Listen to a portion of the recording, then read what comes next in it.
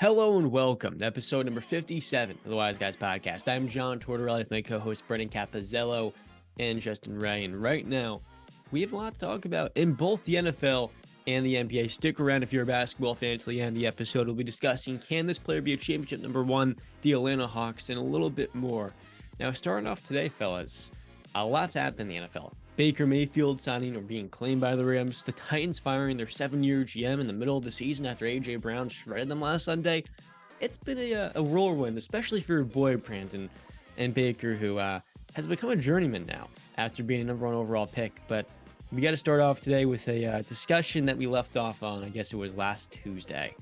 And that, of course, being the GOAT versus BOAT. But before we do that, how are you guys feeling today? I'm feeling excellent. I told you guys earlier, the Yankees locked Aaron Judge down. He'll be a Yankee today. He'll be a Yankee tomorrow. He'll be a Yankee forever. And I'm just happy. Number 99 is staying in pinstripes.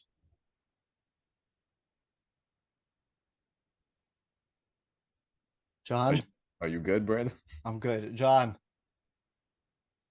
I'd like to formally apologize to you for telling you to shut your mouth last episode. What happened? Apparently, we angered some people.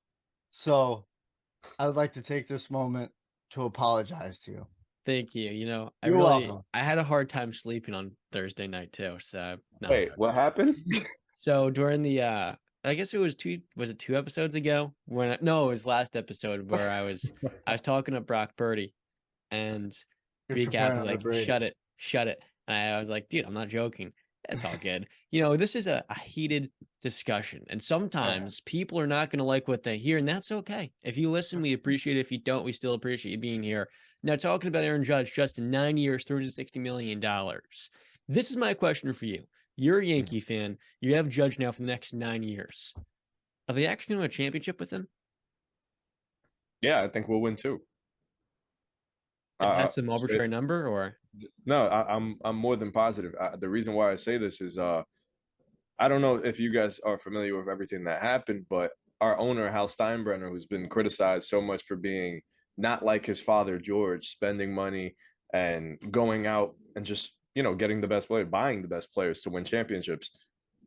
He stepped up to the plate, and in fact, he was our Mariano Rivera, and he closed the deal with Aaron Judge that day, and $360 million. This is the largest contract in MLB history, I think, in terms of AAV, so that's salary per year. I think he proved to us Yankee fans that he's willing to break the bank to make sure that we have the best 26-man roster out there. We got Aaron Judge. We brought back Anthony Rizzo. I do not think that he's done spending, and I think we'll hear more about the Yankees and what are they going to do this offseason, maybe this week or next. But we're definitely not done. We're serious about winning number 28 this year. that was a really you're getting me a little bit excited here, a little bit too excited. I feel like I've had this discussion with many Yankee fans over the years. With that being said, Ben, it's okay if Brock Purdy does go on this run. I don't want the apology now. I want it then, just to make that You're not clear. getting that's not happening. You sure? 100%. 100% certain. Like, I would probably bet my life on it. You would be risking a lot, my friend. Mm-hmm. You would, but I like my odds. All right. So the first topic. It's not disrespectful. Come on, Justin. He's a 7th round pick, dude. He gets in the middle of the field. 49ers offense relies on that. I'd hope he could see the middle. We got to see what happens this week. Yes, TBD. See what happens this week. But ultimately, there's a reason they didn't put a claim in for Baker Mayfield. They think they got something on this kid. I think that says a lot. Well, it probably says more also about Baker, but that too. Yeah. Not sure how receptive a locker room would be if you just throw him in there in December. First topic of the show, guys. The BOAT debate. Or maybe, Brandon, it's this the greatest of all time versus the best of all time. I don't want to turn this into a Tom Brady diatribe, but more so I want to discuss, or at least hit on my one take, so to speak, of Patrick Mahomes being the best quarterback I've ever watched. And when I said that, it was not based off accolades, because look, Patrick Mahomes, it's his 5th year as a starter. But ultimately, what he can do, the creativity, the ability to work in the red zone. Andy Reid's a great play caller, but when the play breaks down, it's not Andy Reid dialing things up and making some of the most out of whack plays simply out of structure. And so when I look at Patrick Mahomes' skill set all around, I feel like we've reached a point with him where there's never been a quarterback truly better. And in Kansas City, sure, he's got Travis Kelce. They just traded arguably the best receiver in the NFL. And Mahomes this year has been, in my opinion, the MVP. The Chiefs' 3 losses. First, the Colts, that was just BS. That they should have won that game. It was due to special teams. Mahomes played a very good game. Then against the Bills, Mahomes did have 2 picks, but at the same time, Bills have a top 5 defense. And as much as we may be negative about Sean McDermott on the show, he does a great job with that side of the ball. He's on the road. That's going to happen to any quarterback. We saw it last week with Tua. And then this last loss, for Patrick Mahomes, I'm not blaming him for Travis Kelce fumbling, Harrison Butker missing the kick. I feel like arguably the Chiefs this year could be 13-0, 12-1. And so for Mahomes, I'm not going to be overly critical of him because he hasn't been perfect. But has he been really freaking good for each of the last 5 seasons? Has he been able to work his way out of the mud when things haven't been going so well? Absolutely. So it's not about praising Mahomes every single show, but it's kind of recognizing the historical magnitude of a guy that in his de facto rookie season won MVP. And since that point on, he's just continued to get more and more comfortable. And now we're at a point where Patrick Mahomes is the best player in football. And the best quarterback I've ever seen, of course. Justin, do you want to take this first? Well, first off, hold on, because I want to I kind of want to get everything on the table, right? So here's my problem with this when people in general, not only John, just people in general in the sports world talk about GOAT. So before Brady, right, I guess you would say, started getting the GOAT moniker. When we used the word GOAT, we talked about, a Michael Jordan, right? And then now it's turned into MJ and LeBron. When we talk about those guys, in no way do we ever bring up they're the GOAT because of their accolades or because they're the most accomplished. Because if that was the case, right, it would be Bill Russell and it wouldn't even be close. So that's my problem. When people are talking about Tom, they want to, it really is. It comes from, I'm sorry to say this, but it really does. It comes from the Brady hate.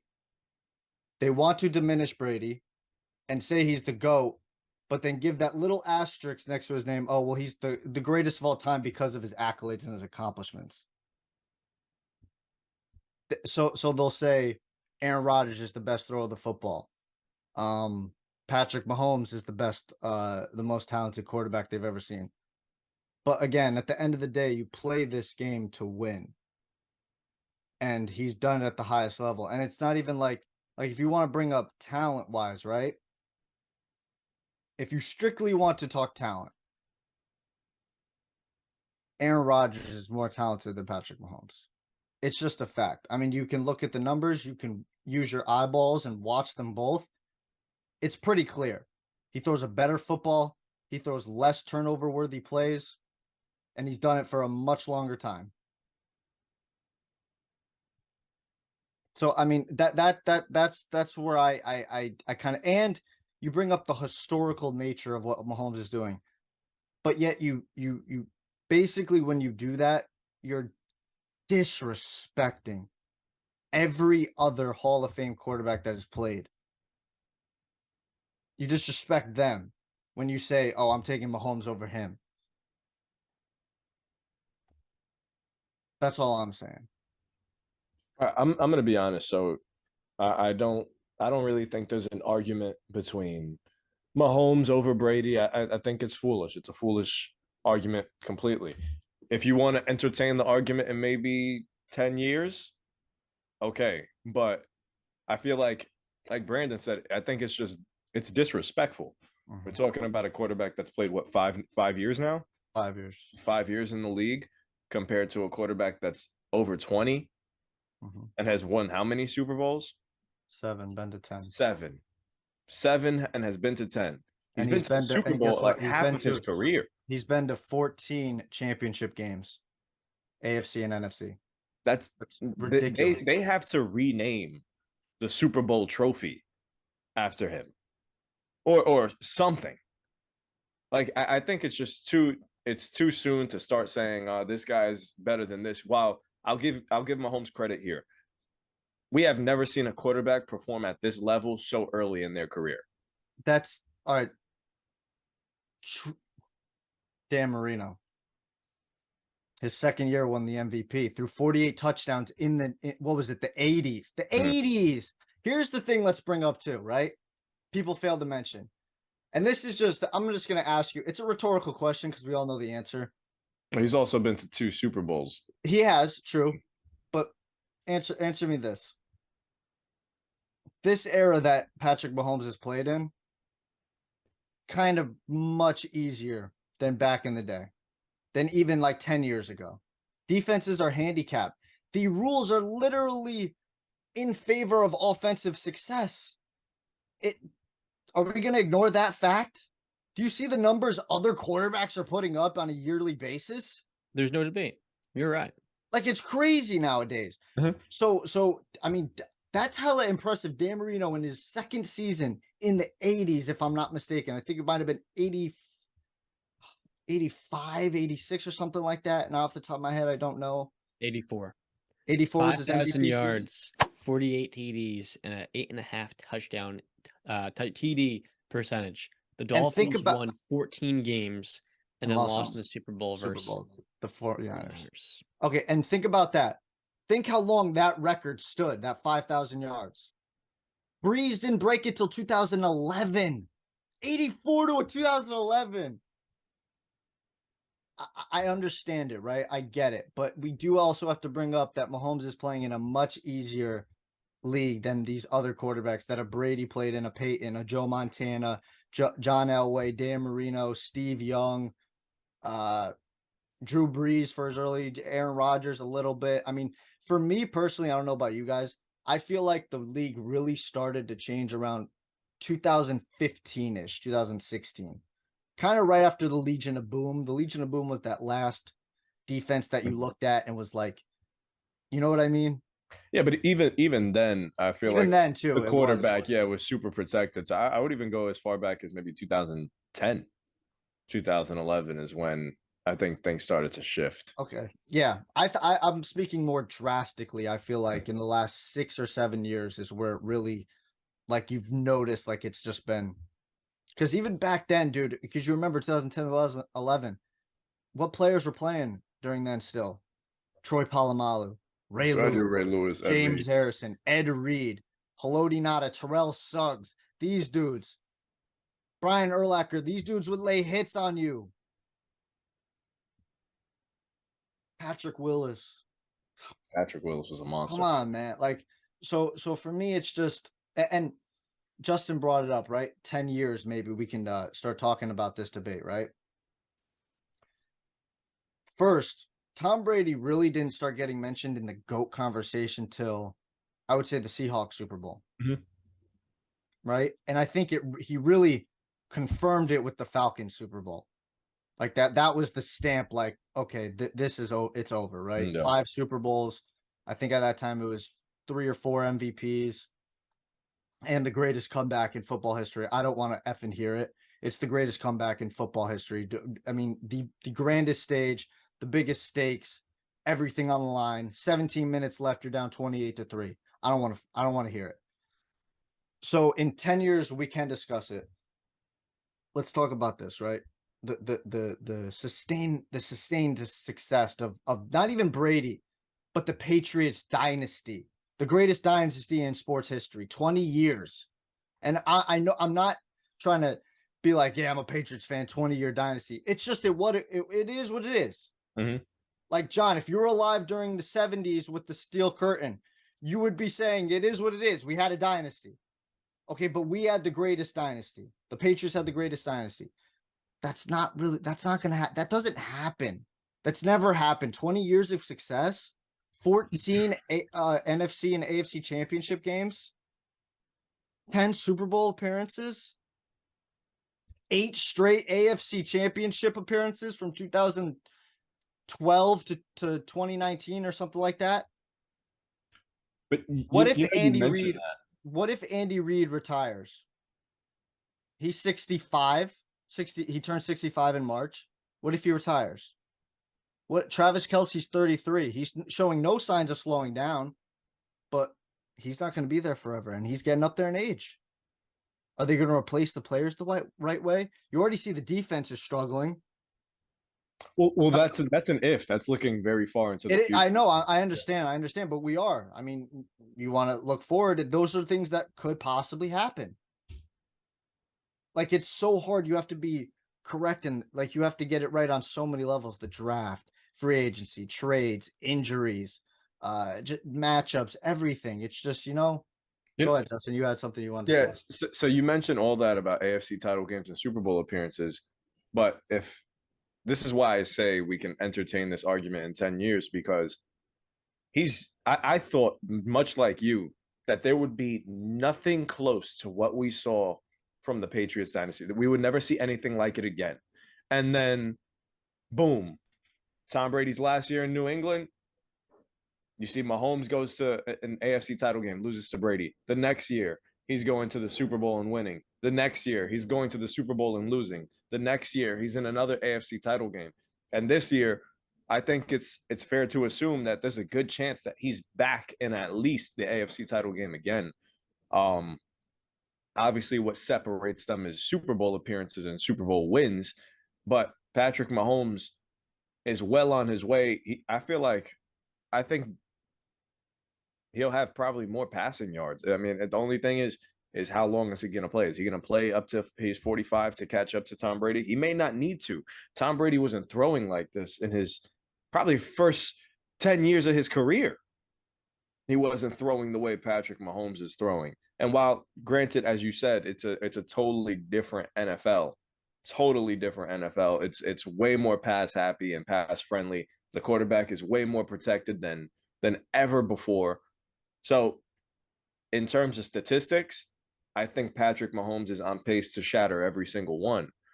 But will he have the moments that Tom Brady has? And that's where what Brandon said. We look at accolades so much. Look at every single moment in Tom Brady's career back to his rookie year. Leading a Super Bowl winning drive to set Adam Vinatieri up for a Super Bowl multiple times.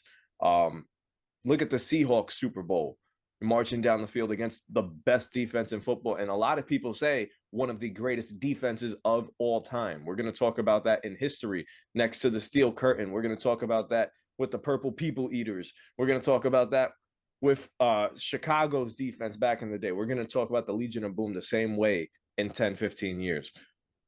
So I think Tom Brady, what really elevates him among the Peyton Mannings, the Drew Breeses, the Aaron Rodgers, the Patty Mahomes, the Dan Marinos, all of them, is the moments that he's had on the biggest stage, always stepping up. My favorite pitcher of all time is Mariano Rivera, closer for the New York Yankees. Tom Brady is a freaking closer. Shuts the door. There's no person that you're more scared of in the fourth quarter. We just saw it on Monday. There is no person you're more afraid of. There could be 50 seconds left on the clock, and yet you still have an ounce of hope because of who's on the field. I don't think you feel that way about anybody else in football history right now. Aaron Rodgers? No, not even. Muted, Brandon, I think. Brandon, we can't hear you. Apologies. Okay, sorry. John, I was saying, if this was 2010, coming off of Aaron Rodgers' Super Bowl win, right? And I told you he's never going to get back to the championship game, you would laugh in my face and call me an idiot. But what happened over the last 12 years? Never got back. Think about that. Not even back. He never got back. You don't know what's going to happen. For a guy that people look at as a top 5 quarterback of all time, me included, I think I have him number 5 all time or 4, somewhere right there with Aaron Rodgers.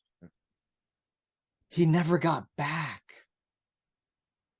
Now, Mahomes has had great success right now, right? Justin read it off. You also got to bring up, I don't want to diminish. I'm not even going to say because it's going to sound diminishing. I'm not going to get into that. But go ahead, John. You said you wanted to say something. Oh, not really. But that Packers defense was a little bit older. Charles Woodson, 34 years old. Nick Collins, 27. But John, stop. But Clay Matthews You're was missing it. 24. You're missing the point. That's exactly what me and Justin are talking about. It's not even just the quarterback. It's about everything. Like the turnover from year to year in the NFL. And that's why I think there's just a misunderstanding here between us, because this discussion that I embarked on had nothing to do with team success and very little to do with production. Because today in the NFL, there's a 17th game, which is number one, the biggest boost for these records to be shattered. Number two, performance and strategy advancements, just modern offenses as we see today. And three, officiating protecting quarterbacks. So it's basically impossible to compare a Dan Marino and the league he played in to Patrick Mahomes 35 years later. What I'm getting at here is, and it's a relatively straightforward thing, if I could build a quarterback, right, just purely build one, and I had to kind of pick off of any player I've seen, I would choose Patrick Mahomes. Because I feel like for Tom Brady, while he is the greatest player in NFL history, just in terms of who's the better all-around player, Patrick Mahomes would fit better and elevate more teams because in of what terms he's of capable talent. of. In terms of just It's arm not- talent, you're only no. bringing up arm talent. You don't Because get it. John, here you go. Is he the most accurate quarterback of all time? No, that's Drew Brees. It's really not that much to do with accuracy. Today, what Okay, makes but great again, quarterbacks is you're not getting it. It's so not talent-wise, just talent-wise, Aaron Rodgers is more talented than him, John. He is. I would build Aaron Rodgers. You don't get it. How do I not get it? Explain it to me, John. then. Continue. There's a Treat lot me like more a simpleton. Treat me like a simpleton. How do I not get it? What am I not computing in my head right now? Go ahead. The best quarterbacks have talents. They also have skill. And for Patrick Mahomes, while he is one of the most talented quarterbacks of all time, the difference is how creative he is and the way he can improvise and extend plays when they're dead in ways that Tom Brady has never been able to. I'm talking Rodgers. You want to talk talent? Let's just talk talent then. Let's talk it. Rodgers, don't bring up Brady. May be the best quarterback I've seen work in the red zone. Aaron Rodgers now on that level. I mean, have you looked up the numbers to back up that statement? Because I remember you bringing up the fact that Matt Ryan has been terrible in the red zone his entire career, and I looked up those numbers and you were wrong. That's not true. He's always very good. No, he was very good in the red zone. Actually, he didn't throw any interceptions.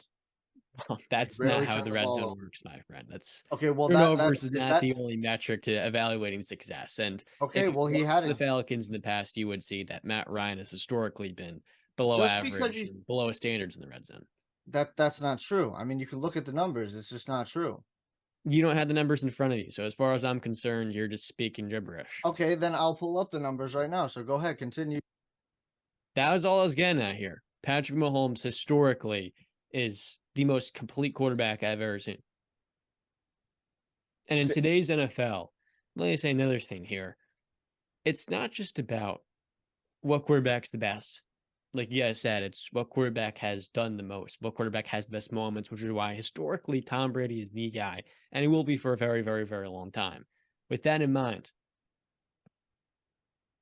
the next generation of a quarterback's usually going to be better than the past model, just because of, number one, the advancements in strategy, but also performance. With the way players are being trained nowadays, in 25, 30 years, we can continue to be having this discussion with the new quarterback. Because in the 60s, relative to the 80s, we're constantly seeing the position evolve and improve. And up until the scales are kind of tipped where defenses have a little bit more of an advantage, we're just going to see offenses continue to take off. So this discussion is more so stacking up players to their competition, because that's the only way you can really evaluate how good they truly are. And so that's another reason why, for me, it's just Mahomes, Brady, Rodgers, and not sure if there'd be anyone else in that top three. You're still muted, by the way. Breeze, Peyton, Montana. Nothing. No, it's not quarterback rank. It's just pure. Who would I build if I could have a quarterback? Who would I pick? So Drew Brees would not be in my top 5.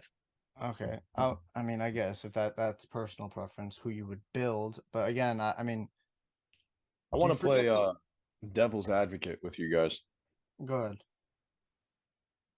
How many Super Bowls does a guy like Peyton Manning, Aaron Rodgers, Patrick Mahomes, even I guess a Dan Marino, if you want to throw him in the conversation, win if they have Bill Belichick? And how many does Tom Brady win if he's in one of their shoes, if he's in a Peyton Manning shoes? The sliding door is the fact. We could do this to anyone historically. You know, what if Bill Russell didn't have Red Auerbach? What if Michael Jordan didn't have Phil Jackson? We'll never know. And ultimately, that's kind of what makes this discussion. Well, I asked this because I've had conversations. One of my cousins, he's a huge Peyton Manning fan, and he'll die on his grave saying Peyton Manning is the greatest quarterback of all time. He will say that. And one of the arguments he always says is if Peyton Manning was on the Patriots, they would have won more. Mm-hmm. Well, here's the thing: is we kind of actually did get to find out what would happen if Brady didn't have Belichick and he won a Super Bowl in a pandemic year Well, on a brand new team with a granted, torn MCL. As impressive as that is, that's also a seasoned quarterback. That's a quarterback that's already had tons of experience, and then plus now a ton of talent. People were hold on. People were everybody was saying Brady was falling off the cliff. John religiously brings up the 2019 season of Tom Brady, saying it was one of his worst seasons, and he looked bad, and the Patriots were bad. Everybody was saying he was. A lot of people were sorry, not everybody. They started 2019 he was washed up, huh? They started that season 9-0. They just lost the Titans in the first round after taking. Yeah, but no, it's still. But he didn't look as Brady didn't play up to his standards. If you want to go look at the numbers, he didn't play up to. That was one of his worst seasons of his career. But yeah, but still, Justin. Still going into that season, you're learning a brand. Like again, we've gotten spoiled. Football fans in general have been spoiled with Tom Brady, with Tom Brady, because of what he's been able to do. Like it doesn't happen. He still was 42 at the time too. Like this doesn't happen. Like it's never happened before. He came into this season ranked number 1 in the NFL top 100 by his peers, his players. Not his players. Sorry, that sounds wrong. The players around him. No. Coming in, he was 45, and they were ranking him number 1 as the best player in the league. Like I said, I don't believe it. I'm playing devil's advocate, but it is worth the question. I always ask myself, if Aaron Rodgers was the Patriots quarterback, with all the talent that John mentions that Patrick Mahomes has, I think we can all agree, talent-wise, I'm not talking about cutting the chest open and looking at the heart. I'm saying talent-wise, Aaron Rodgers is more talented than Tom Brady. I don't think that's a question.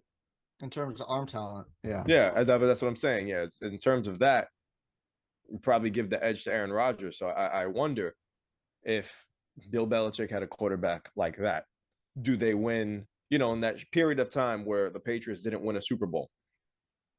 Do they win one with a guy like Peyton? Do they win one with a guy like Aaron Rodgers?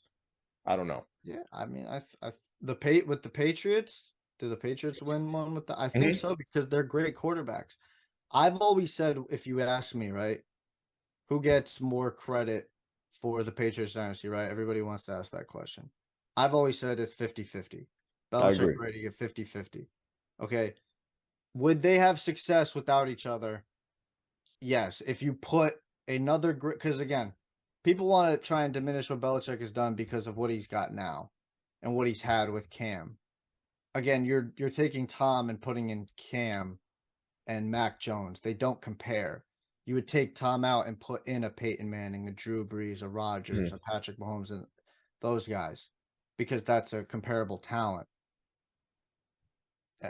I think, yes, Belichick would win if he had some of those other great quarterbacks, and Brady would win if he had a great head coach with them too. Tony Dungy is a Hall of Fame head coach. Jim Caldwell is a good head coach. There's no doubt. And before starting that Peyton Manning truth, there's like your cousin Justin.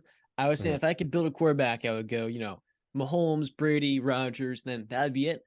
I kind of left off our guy, Peyton Manning. So he would be in that discussion as well. And you're right, Brandon. It is senseless to debate who is more important, Bill Belichick or Tom Brady. It doesn't matter. They won 6 Super Bowls together. They're the best duo of a quarterback and a coach. And ultimately, they're lucky to be with one another, sure, but usually the greatest people have luck. And so for those two guys, they're beneficiaries and they took full advantage. That's literally all there is to it. Now, moving on, Brandon, with Matthew Stafford on IR and John Warford, the Rams backup quarterback First, having a neck I injury. do, sorry for cutting you off, John. But first, I do want to say, because you brought up Matthew Stafford, I did see this, and this is actually pretty serious. I forget who it was who was talking. It was on a TikTok. It was a guy who had a podcast or a show, and he said, I guess he's heard that Matthew Stafford has a bruised spinal cord. Oof. That people don't know about it, but I guess he knows because he knows people in that organization or whatever. And I guess that has something to do with something hitting your disc or whatever, and that is not good. And he said, the guy talking said, I've had that before. So he basically said Stafford has two options: get the neck surgery, and you can continue playing, or you have to retire. Mm. So I mean that's I don't know. I guess it would be on the similarness to what Peyton had. Maybe I forget what Peyton had exactly, but I know it was a neck injury, and there were cautions about if he got the neck surgery, would he ever be the same? So maybe that's what Stafford is kind of going through. I don't know. I'm not a doctor, so I don't know like for sure, but it's some bad stuff. So I guess that would explain why Stafford has not, looked at all and taken the punishment he's taken this year. It's just, I feel bad for the guy. So this Baker Mayfield thing actually might be, I know you wanted to joke about it, John, but it actually might be legit, like, because Matthew Stafford might, retire if he chooses not to get the neck surgery. So continue. Sorry. Johnny boy. Sorry, my computer's going crazy over here. Oh. The stupid air vents. I have myself muted. We saw this last offseason. Chris Carson had a neck hardware, and he ultimately retired. And for Matthew Stafford, this is really serious. Sean McVay came out and said he expects a healthy offseason and that this isn't going to be a long-term issue. But with Sean McVay, I think we don't know. So for the Rams, they claim Baker Mayfield, and reportedly they're the only team to put a claim in. Now, what this allows them to do, if he were to leave and sign with the team for agency, is gives them a potential compensatory draft pick, which is nice. Now, for the Rams at the same time, they don't have their draft pick this year. They're a 3-9 football team that plays today versus the Las Vegas Raiders, Justin's team, who he thinks will make it into the playoffs. Justin, we're going to hit on that for sure. But before we can even get to there, when the Rams picked up Baker Mayfield, look, these are just a flyer on a guy that, as a former first overall pick, has shown very good highs. But ultimately, with Baker Mayfield, he's a bust. And I don't take pride in saying this, but we have to have this discussion. In the offseason, we tried to define what a bust is, and we went over the lineage of quarterbacks. Britton called Alex Smith a bust. And then I said, oh, let's push back on that. That would make almost half of the first round NFL first overall picks busts. And usually when we look at the history of the pick, there's a level of stability with these guys. For Baker Mayfield, he has now requested a trade out of a great situation in Cleveland because he didn't want to be there anymore, which is understandable. And then he gets to Carolina, things don't work out well, and he has to be released. He now lands in Los Angeles. In my opinion, and we've went over this before, so there's no need to dive in deeper into it. For Baker Mayfield, if he gets this opportunity to start and he looks good, maybe his last opportunity to actually be a starter in the NFL. And the main reason why is because he's really just had some unfortunate luck with injuries, but at the same time, he's a smaller quarterback that, let's just say how it is, he's consistently injured. It's been a variety of things. And then he just made a bad choice, leaving Cleveland to go to a dysfunctional environment where he couldn't pick where he was traded, but ultimately he wanted to go there. And now for Baker, it feels like for these two parties, the Rams may be potentially looking for a long-term option at quarterback because Matthew Stafford's 34, going on 35. And like you're seeing with this neck injury, that's nothing to joke around about. You're seeing it with Andrew Luck. He retired at 29, and we could talk about him. I think he's pretty happy he retired when he did. So for Baker Mayfield, this is a pretty nice landing spot because of no pressure, quality head coach, and ultimately when there's no pressure on you, and people are taking the lights off. Even while in Los Angeles, no one cares about the Rams. They're a terrible football team. They're gonna have a top 5 pick this year, maybe a top 3 pick. Oh, they're not. And well, they're not going to. You're right, but in the second round, they would. They're gonna be a top 5 draft pick team. They'll then go to, of course, the Detroit Lions. Yes. So I'm saying, look, for Baker, this is a good move. But I mean, this Rams offense, it's pretty bad right now. That's what I'm let go of saying. Darrell Henderson earlier in the year, and no Cooper Kupp, no You offense. say it's a good move. I mean, yeah, Sean McVay's there, but who the hell else is there? Cooper Kupp's on IR. Allen Robinson's on IR. The offensive line has been terrible all season. They've got nothing to work with. Aaron Donald's not playing. I feel like the Houston Texans would have been a better option. Because at least their good players are healthy and playing. Yeah. And it's still no pressure. The team's 1-10-1 or 1-9-1. No pressure either. This is just, I feel like the Rams claimed him, I'm going to be honest, to get a compensatory pick because they've got absolutely no picks. And maybe there is validity to what I said earlier about the Matthew Stafford injury, and they can also be looking at Baker Mayfield possibly as their long-term answer down the road or just for next year. And in terms of the bust, John, the reason I said Alex Smith is a bust, not because he's a first-round pick. He was the first overall pick. Number 1. Like, you're held to a higher standard when you're number 1. Over everybody else, you were picked number 1. That's why I say he's a bust. So Baker's a bust. At this current moment, yes, but his career is still not over. Well, it's held to a higher standard. I don't think we're ever going to see number 1 capabilities. I think that ship has sailed. Maybe we can see a leader out of the guy and become a solid NFL quarterback. Anything can happen. It's the NFL. I'm sorry, but And number look, 1 we picks, can't- I feel like that's an MVP kind of player, and That's what I'm Baker- saying. But that I Baker's understand that. But we never got to see Baker get consistent. You're right, and I don't think Same thing with I don't Alex think no Smith. matter what scenario What we're do you going mean to see. he got the consistency in the early years? You're correct, John. In the early My years, guy. yes. He Until went to a but then cheap team. Harbaugh came in, that was consistency. Then he got traded, and it was consistent in Kansas City. He had Andy. No, Andy no, stop that right now. Alex Smith got traded to a Chiefs team that won 2 games the year before. With Romeo Crennel, they overhaul the entire coaching staff, and 2013, they win 11 games. They go to the first round, and yeah, what happened in that playoff game versus the Colts? They blew one of the most embarrassing leads of all time, but Alex Smith was not the only factor in that. So for the Kansas City Chiefs, they found themselves a high-level quarterback, and that, let's be honest, Alex Smith's career was robbed by a devastating injury. His story was still being written as well. Mhm. And when we talk about these guys, maybe I operate with too much compassion. I've also met Alex Smith, and he's one of the best people you'll ever meet. An amazing guy. As a pure quarterback, he lived up not to the billing of a number 1 guy, but he was a franchise quarterback. And you call him, the prototypical game manager. For Alex, he had seasons where not only think about this for a second. When he first got there, Travis Kelce was not on the team.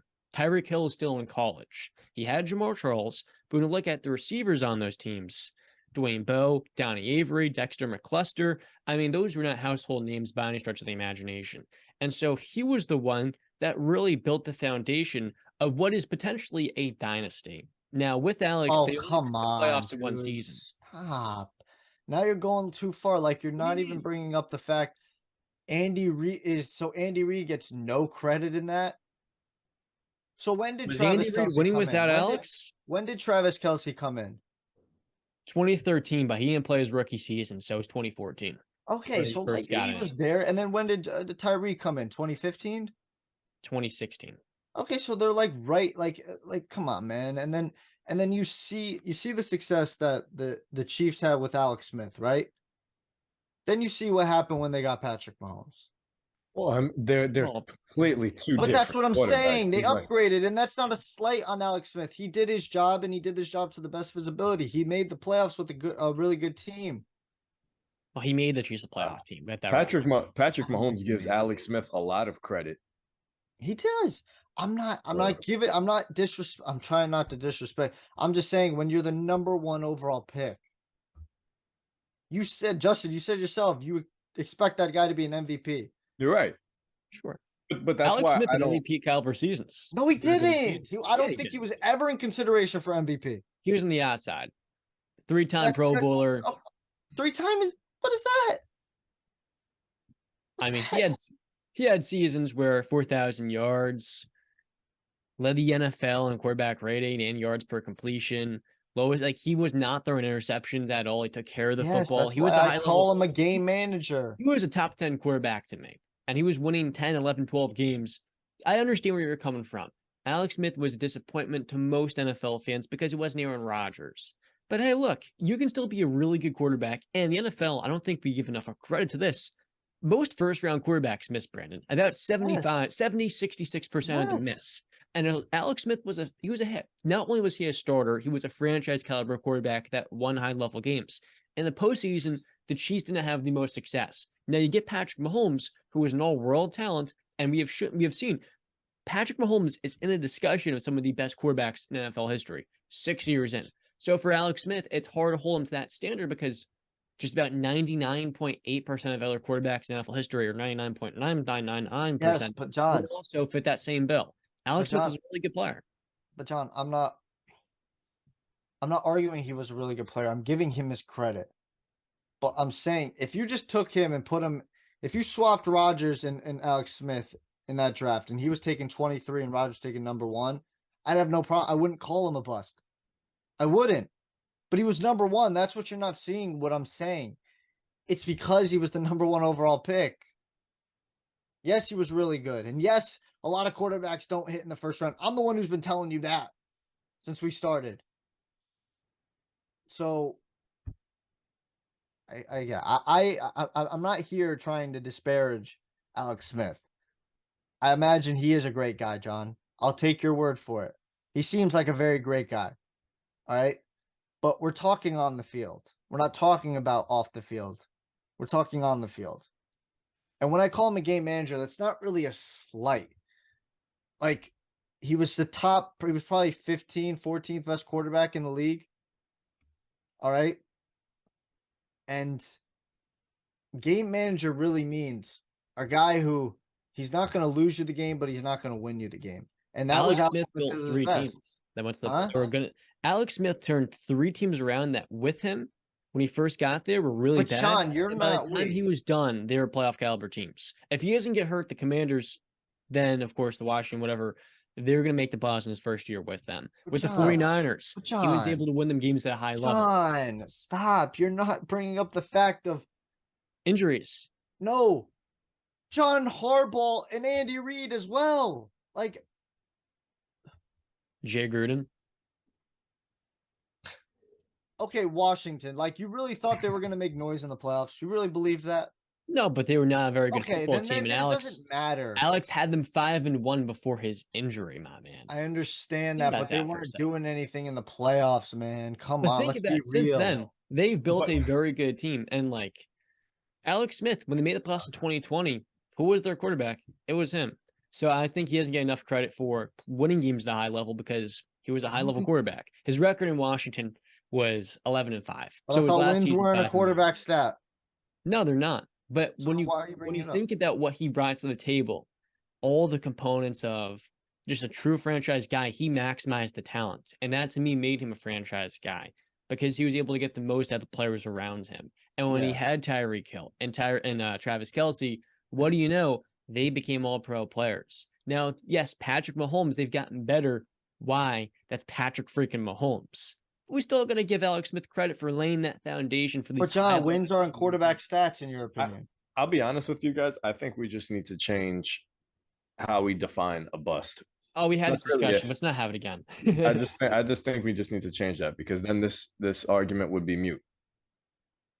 Simple. He's Alex, not a bust. He was a very good quarterback and he lasted a long time. If it wasn't for a devastating injury, he probably would have played 2-3 more years. Mhm. Redskins would have had a lot more success than Whoa. they did have. What they were the Redskins at the time. So I'm not going to beat around the bush, but yeah, I don't think we changed that. He's a good quarterback, not a bust. Sure, he wasn't Peyton Manning. He wasn't Justin, Aaron John. Rodgers.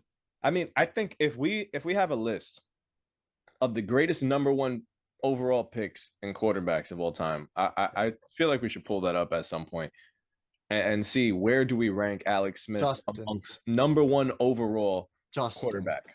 can I ask you one simple question? Sure.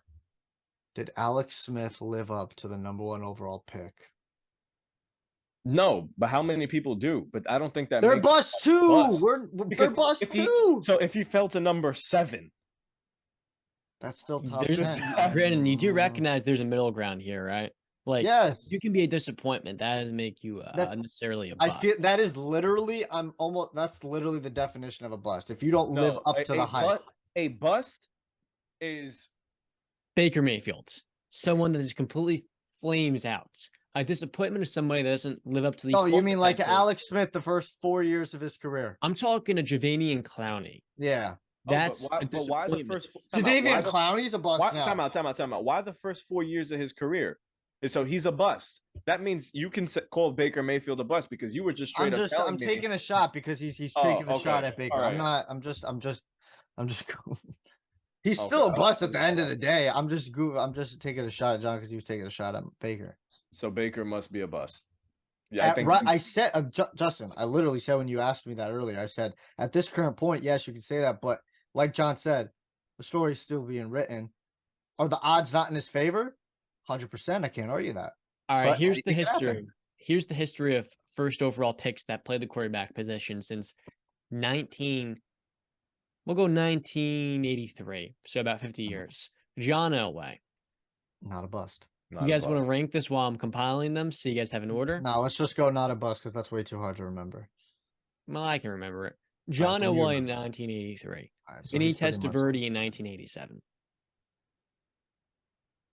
bust. Yeah.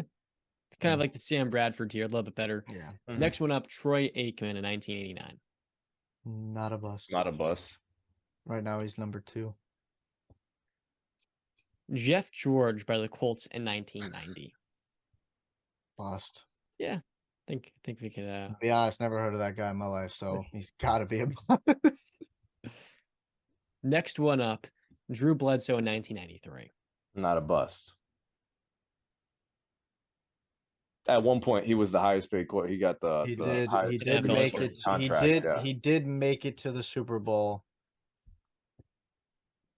Won them an AFC That's on the championship line. game too. That's on the line. That's on the line for me. That's on the line. He's not a bust. No, he's not a bust. 1998 at Tennessee. This guy was drafted by the Colts. You guys might know him. Big forehead. Kind of. Like He's number 1. Peyton Manning. Yeah. Okay, not a bust, obviously. This Number one's pretty good too. Cleveland Browns 1999 out of Kentucky. Can you guys guess it? Oh, he's got a funny last name, right? Furniture. Funny. Yeah. Tim Couch. I'll Couch. say it. Yes, there it is. There. I kept thinking of kitchen. I don't know why. Freddie Kitchens. Yeah, So he's a bust. Yeah, 2001 Michael Vick. not a bust. David Well- Carr 2002. Who? David Carr. Bust. Oh yeah, sorry, yeah, bust. 2003 Carson Palmer. Not a bust. Mm-mm. I wouldn't say so. I feel like he's kind of in the Drew Bledsoe camp where Mhm. unfortunate that's circumstances that he's back borderline. into. That's a borderline. Alex Smith, or sorry, Eli Manning 2004. Not a bust.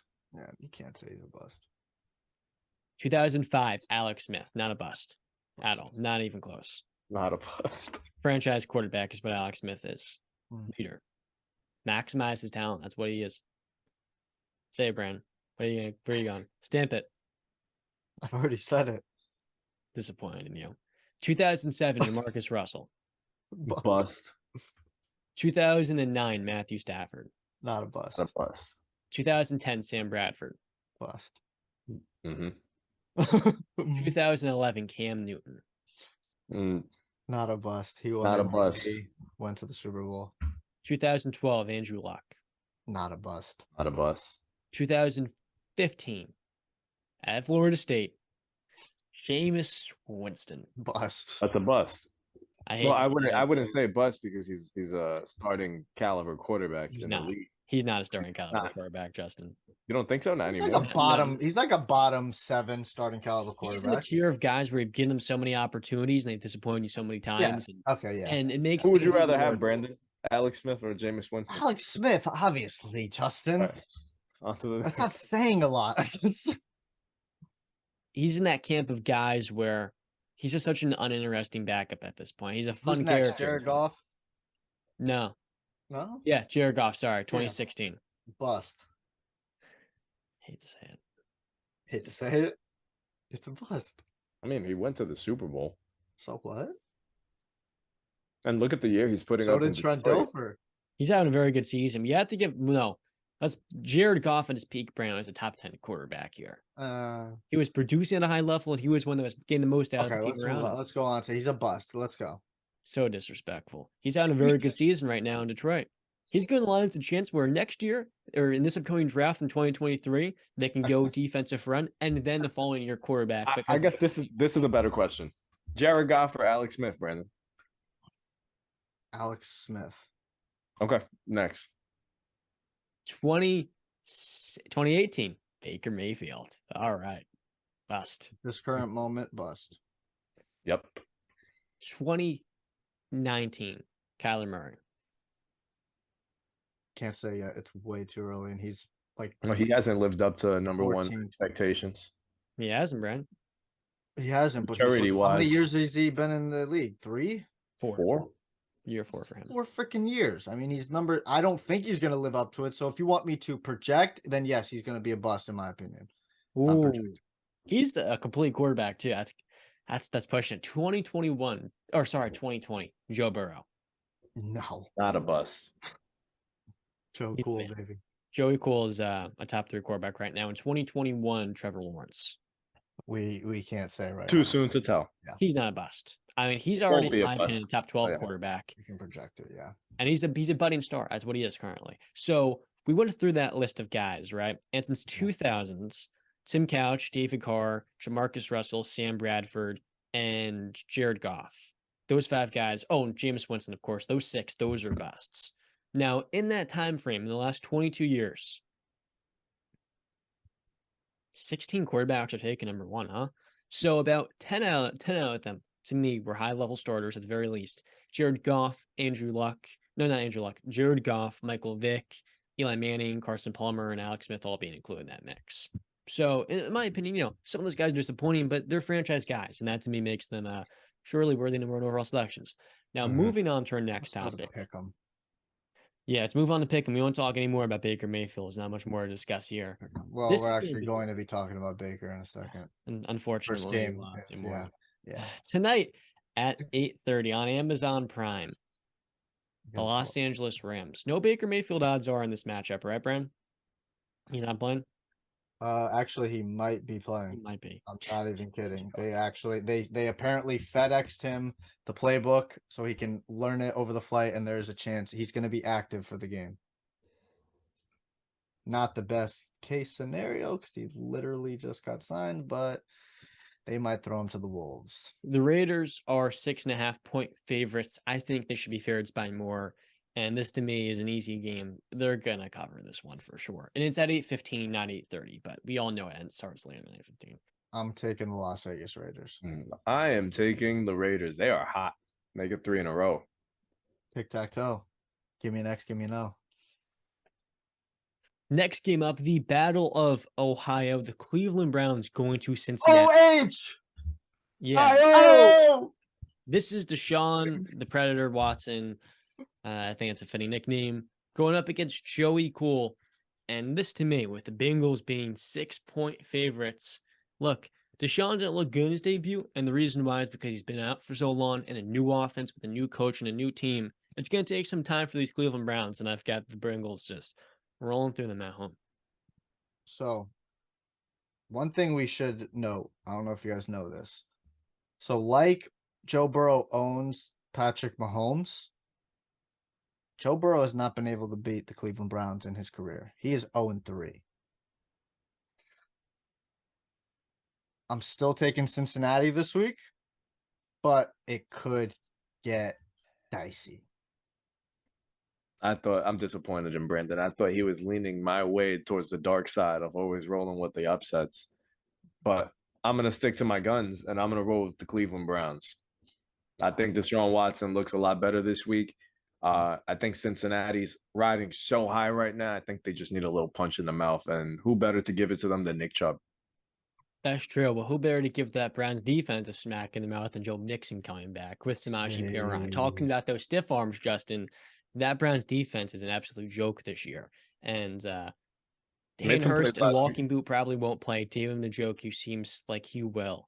And Denzel Ward is also battling an illness and ankle injury. But look, Bren, history is going to change this week. And Joe Burrow is going to show exactly why he's a franchise quarterback and also a top 3 quarterback in the NFL right now. Now, with that being said, it's a little bit funny to me how the Chiefs, right? They can't beat Joe Burrow and the Bengals, and yet the Browns seem to have their number. It's just how the NFL works. Those weird quirks. Now, next game up, the Texans, the Battle of Texas versus the Dallas Cowboys. The Texans coming to this game are 1-10-1. The Cowboys are 9-3. I know, 16.5-point favorites. Now, it's been a rough couple of weeks for the Texans. Davis Mills gets benched. Damian Pierce can't run the football too well. And ultimately, we all know, I think Lovie Smith after the season, potentially like David Coley, could be moved on from, which sounds ridiculous, but as is the Texans franchise. There's not really too much to discuss in the Texans front. They're focused on Bryce Young. He's probably already looking for houses in Houston. And with that being said, I have the Cowboys winning by a lot. Do you think they cover? I wouldn't put my money on it because I feel like the Texans will keep this game as best as they possibly can, low scoring by running the football and turning the clock. So no, but the Colts game was close 2 until they scores. freaking blew them out in the fourth quarter. But like John, I wouldn't bet on them covering, but I think it's actually a pretty good likelihood that they do cover, but I just wouldn't put my money on it. I'm taking Dallas, obviously. I expect a blowout, if I'm going to be honest. I think maybe they can keep it close for a quarter and a half, but if Dallas starts running the ball effectively, Dak starts throwing CD, starts going off, they get up by like 2 touchdowns, and now the Texans have to start passing the ball a lot more. Micah and Trayvon Diggs and DeMarcus Lawrence, they're all just going to feast. I think we're all picking Dallas here. I'm picking Dallas, but the real pick'em should be whether or not Dallas is going to drop a 40-piece on this team or not. I think they'll get 34, Justin. 34? I think they're going to blow them out. I do think they're going to blow them out. I think they cover. Negative Nancy over here. Mr. I hate the Houston Texans. Now, this is important to note, guys. For the Dallas Cowboys, an important player is coming back this week. Tyron Smith is back after not playing since August 24th with a hamstring tendon injury.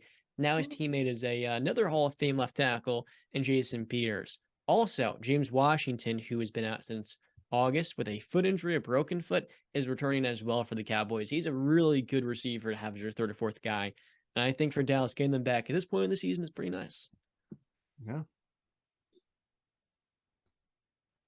Next game up, the battle of the NFC North, maybe the 2 best teams in the division. I don't know if I got that far. The Minnesota Vikings traveling to Detroit. TJ Hawkinson returning against his old team. The Lions are 2-point favorites.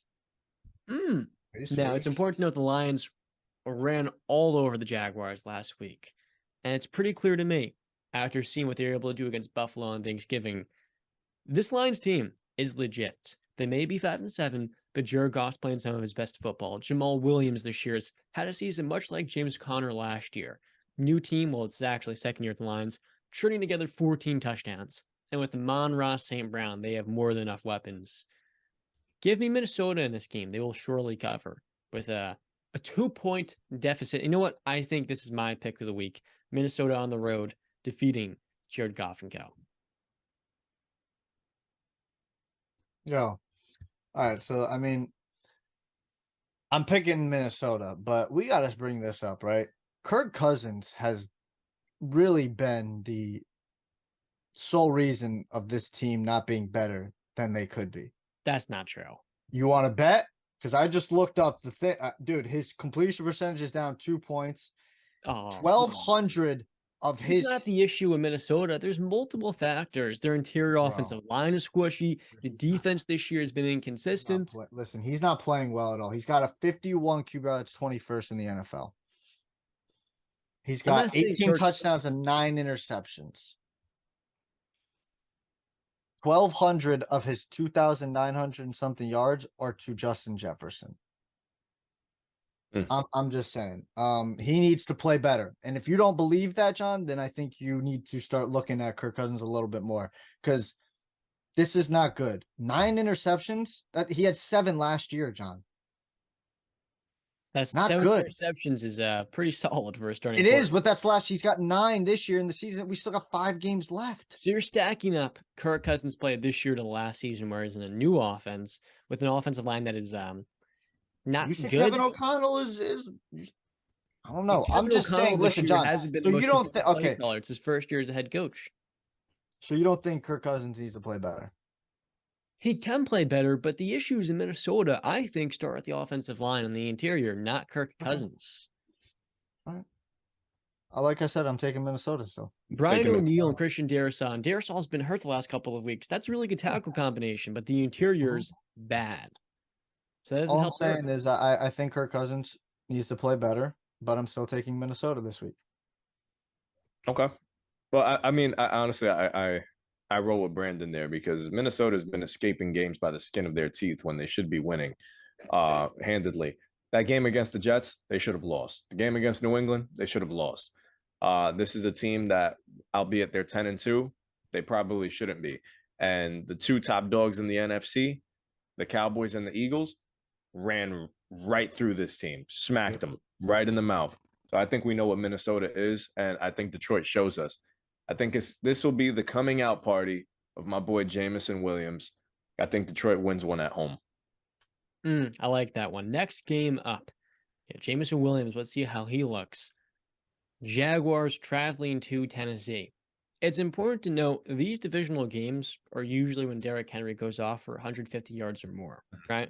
Against the Texans, against the Jags, these are his coming out parties. So the Titans are 4-point favorites at home at 1 o'clock. And this to me is a strange matchup because we've seen some of the highs this year at Jacksonville. And this team is starting to come together. Christian Kirk as number 2. Zay Jones as the next. Defensively, Trayvon Walker developing. Devin Lloyd has really struggled as of late. Like, he got benched, and he was the Defensive Player of the Year frontrunner through like 3 weeks. He's been arguably the worst first-round draft pick since. For the Jaguars, I think they're going to take another L against my Titans. And now, this is what leads me to a topic Brandon did not want to discuss. And that's the Titans firing John Robinson, their general manager, after 7 seasons with the team. With Robinson, he came in right after they drafted Mariota. They had nothing but winning seasons. And look, John Robinson perennially missed in the first round. I'm going to pull up his first-round draft pick history. The Titans are one of those weird teams where they hit on all the hard ones and they miss on the easy ones. Since he came in, the first-round draft picks he has made are as follows. Jack Conklin, 2016, that was a hit. 2017, Corey Davis and Adore Jackson. Davis was a miss. Jackson, a hit. 2018, Rashawn Evans, inside linebacker, now in the Falcons. Evans had some good years with the team. He currently leads the NFL in tackles, but that wasn't exactly the ideal pick, take a linebacker at 22. 2019, Jeffrey Simmons, slam dunk. Maybe the best defensive tackle in football after Quentin Williams. 2020, Isaiah Wilson, who to kind of, how do I say it? Isaiah Wilson played 3 snaps for the Titans, and I think now he's pursuing a rap career, and that was a first-round pick. 2021, Caleb Farley, cornerback out of Virginia Tech, who has looked like a bust so far. And then in 2022, we traded A.J. Brown for Treylon Burks. Burks seems like he's going to be a good player, but is he going to be a top 5 receiver in football? Probably not. So by John Robinson, those last 3 first-round picks, this really gave him a hard time. But in the second round, this guy's gone Christian Fulton, who's been a really good cornerback, A.J. Brown, Harold Landry, and of course, Derrick Henry, right? Yeah, I think his first draft was with Henry. So for the Titans, this was very simple. Mike Vrabel was pissed when they traded A.J. Brown. And ultimately, A.J. Brown didn't want to be there. And so for their general manager to be fired after losing to the Eagles, it was very clear to me they had something behind the scenes where Vrabel, he won. He's a top 5 coach, and deservedly so. The GM is now gone for Tennessee. And this week, they're a 7-5 team, but I think they're going to get their 8th win of the season at home. Recap. Pick the game. No, I got Tennessee. Excuse me. I got Tennessee. I think that they get back on track this game. Yeah, I think their defense is gonna. I just think the Tennessee Titans are gonna step it up this game. I mean, they lost a bad game last week, and so I see them stepping it back up this week and beating the Jacksonville Jaguars. There's 2 teams that need to step up here. Part of me, my heart wants to pick Jacksonville, but then my mind is also telling me, roll with the Titans. Stop dissing Mike Vrabel and the boys. So I'm gonna roll with the Titans. I think Derrick Henry has a big game. It should be a close one though. Titans, like the Vikings, find ways to win close. Another team that wins close often, but has not won a game in the last month, is the New York Football Giants. They're playing the Eagles for the first time this season, where they are a 7-point underdog at home. I said this a few weeks ago. The Giants, they're missing the playoffs. And ultimately, it's because of the injuries, no dynamicism at receiver, and defenses slowing down Saquon Barkley. Defensively, they've maximized their talent, but this just isn't a good roster at all. And for Brian Daboll, he's won a lot of close games this year. I think this is yet another loss to the Giants, where the Eagles start off the season 12-1, and you can make a case they don't lose a game for the rest of the season.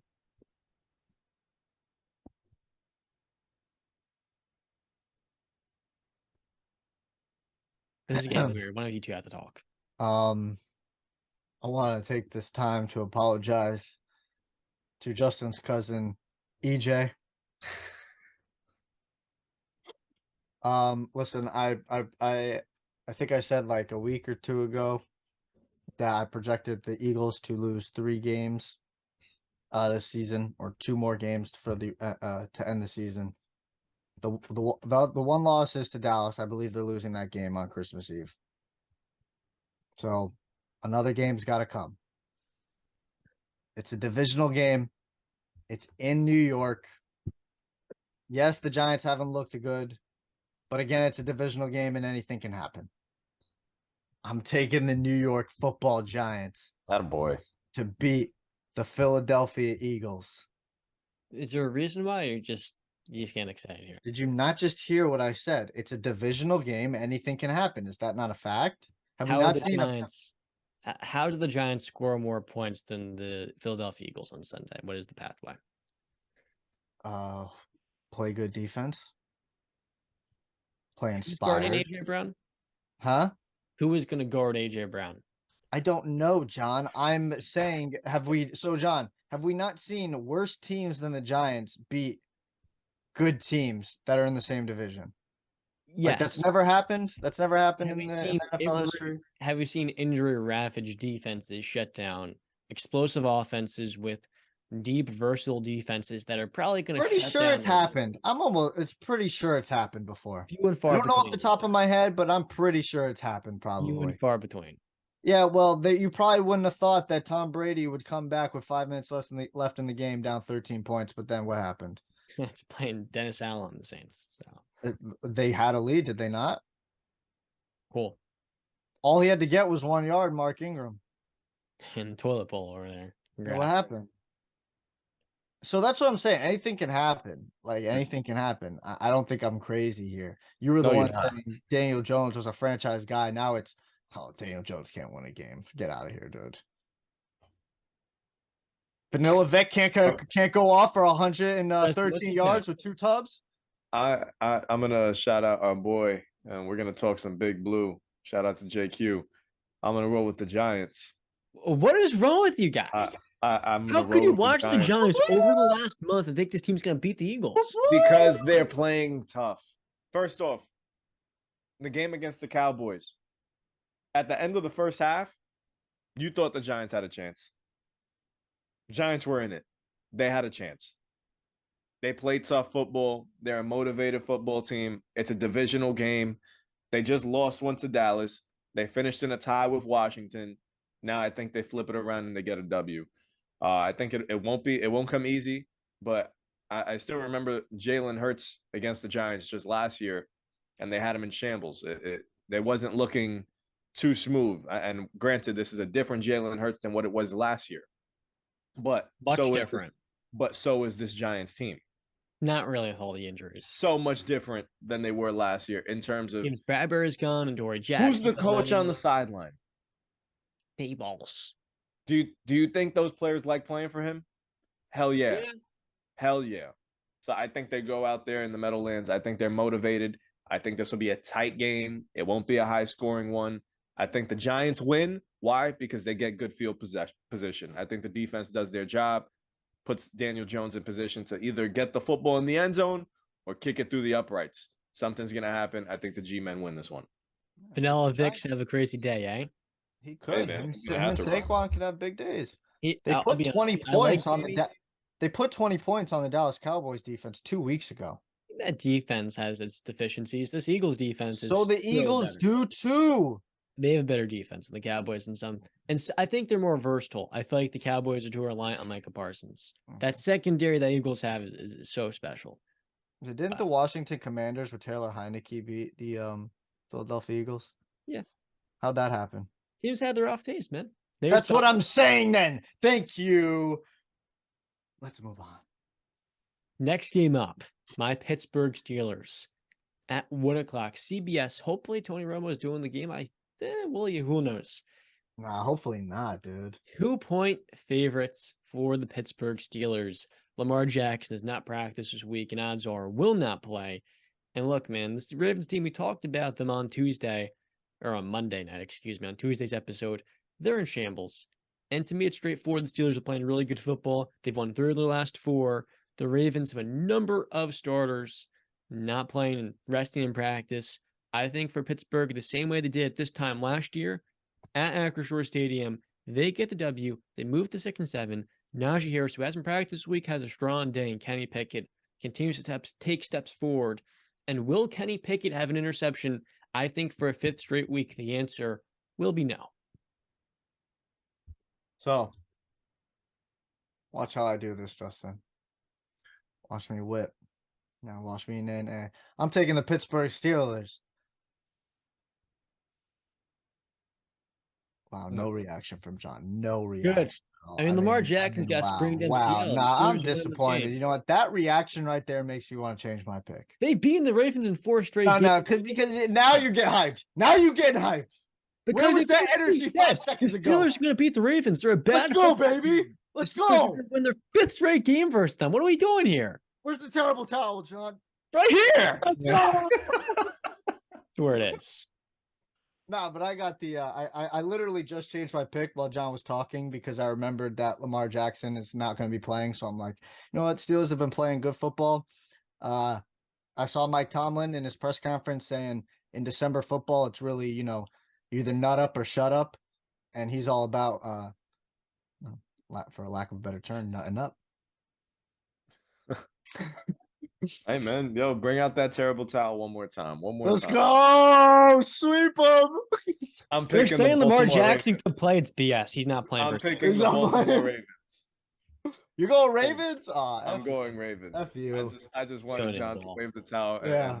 and burst his No, ball. get out of here. Next game up, the Denver Broncos this year. Not even giving me a chance to. Nah, get explain out of here. myself. That's messed up. You ruined the whole energy here, man. John, you missed one Right. 1 o'clock game before you move on to 4. Jets Bills. Oh, That's a big game in Buffalo. it is. I skipped it. So we'll go to that. The Buffalo Bills are hosting the New York Football Jets, the New Jersey Football Jets. They are a 9.5-point favorite. This Jets team, 1-1 with Mike White the last 2 weeks, 2 300-yard games. Look, the Jets got better with Mike White. He's a better quarterback than Zach Wilson. And as my buddy Joel Dell said on the Pickside podcast, they got so much better that there's no way this team could lose out to finish the season. And it was a pretty funny clip of him just going crazy on my buddy Drew, who asked him, could the Jets lose out? And he goes, are we watching the same effing team? So the Jets, they're 7-5. I think this week they move to 7-6. The Bills are a better football team. They're getting some key players back on the defensive front. But Von Miller, what's going on, Brad? He had surgery to repair his ACL, so he is out for the season. So now they have lost one of their best safeties in Micah Hyde earlier this season, and now their best pass rusher in Von Miller. Not looking good for the Bills being the favorites for the Super Bowl this year. But all in all, I'm still taking the Buffalo Bills this week. I still think they have a better team. I think they're going to avenge that loss that they had a couple weeks ago against the Jets. So yeah, I'm taking the Buffalo Bills.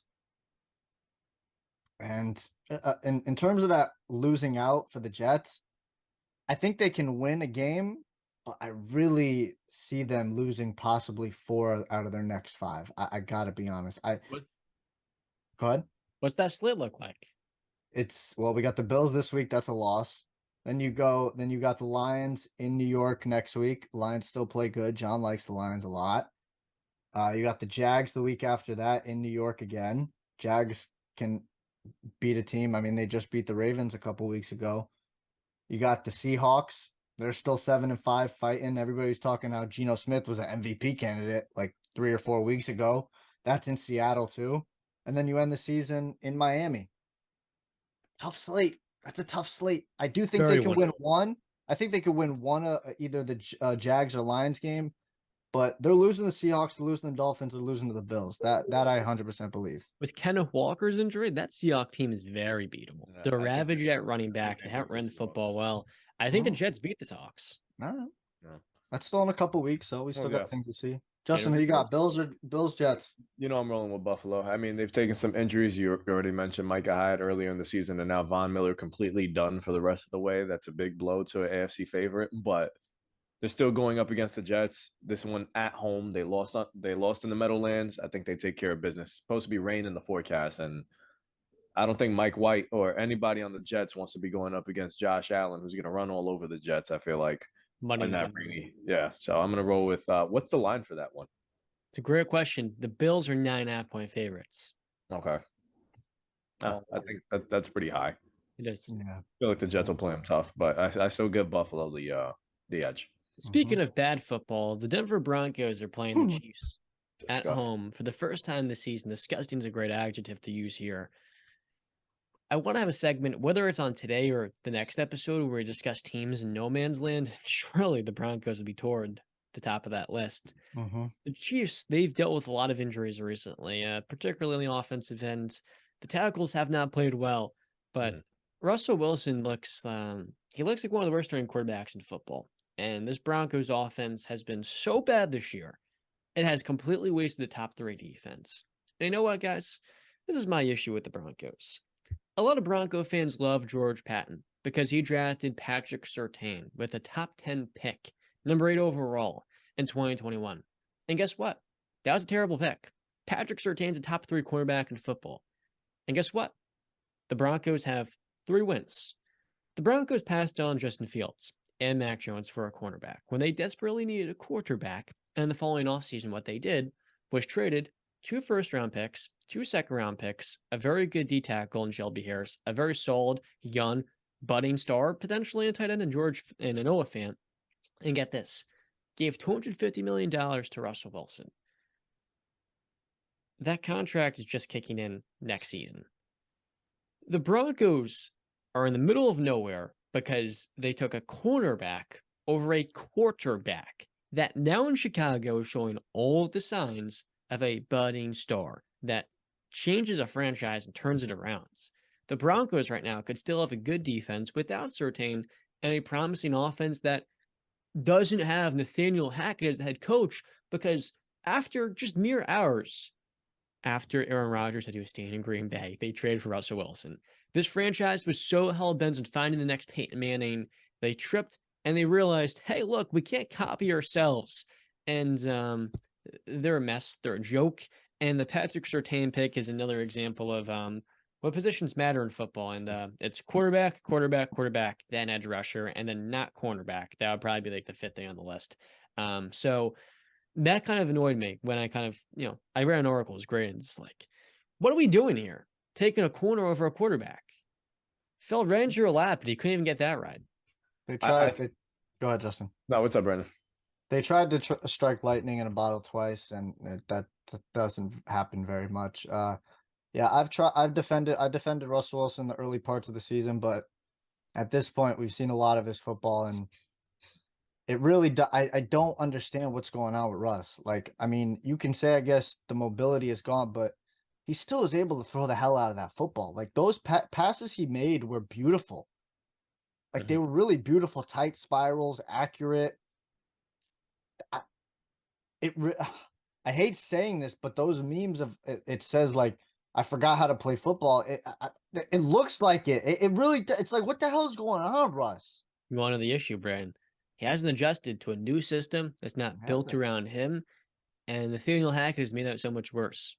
Just all things considered, he's not a real head coach, and so this is Russell Westbrook, basically Russell Westbrook at his worst. I'm taking. I am. You forgot to put. I'm pretty sure you're probably taking Kansas City. I'm taking Kansas City though. I do think the defense might be able to cause some problems early. It might be a closer game than people expect because of that defense, but I expect the Chiefs to be able to figure it out towards the end of the game. I think John, you went on your tangent about the Broncos and their draft problems. I'd say their biggest problem wasn't so much about drafting Patrick Surtain. I think the problem was assuming that they had a Super Bowl roster and were just a quarterback away. I think then that's just poor assessment, because there's no way that you have a Super Bowl roster and then you acquire an All-Pro QB and you go 3-9. So maybe both the quarterback was a bad fit and your roster just wasn't ready for that next step. So I think it was just a poor assessment. With that being said, I'm going to roll with Kansas City. And then the question remains, is Russell Wilson going to throw for more touchdowns than he has bathrooms in his house? So I think he has 12 or 13 bathrooms in his new home and 8 or 9 passing touchdowns on the season. So that's good. I'm sure Bronco fans are relieved to know he's highly compensated. Well, Justin, I mean, you know what they say when you assume, right? What do they say? It makes an ass out of you and me. So next game up, the Tampa Bay Buccaneers. Big game. To San Francisco. 425 Fox, 3.5-point favorites in San Francisco's favor. San Fran's favor. John, stop saying the entire city's name. Brock Purdy, Brandon, plays the GOAT on Sunday.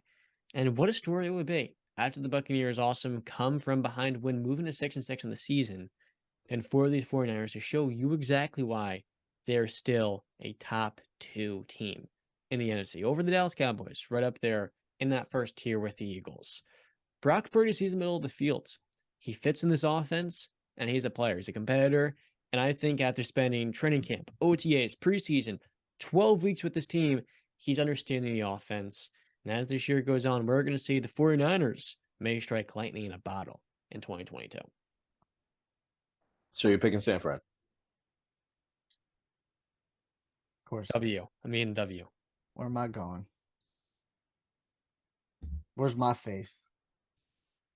My faith is in that 6th round pick, number 199. You remember that guy? The guy that couldn't even win his starting job in college? The guy who was a 4th string quarterback in his rookie year? That guy. I'm taking that guy. Tom Brady. Listen, I was going to pick the Bucks to beat them if Jimmy was starting. That's not changing because now Brock Purdy is starting. I'm still picking Tampa Bay. I think it's going to be close.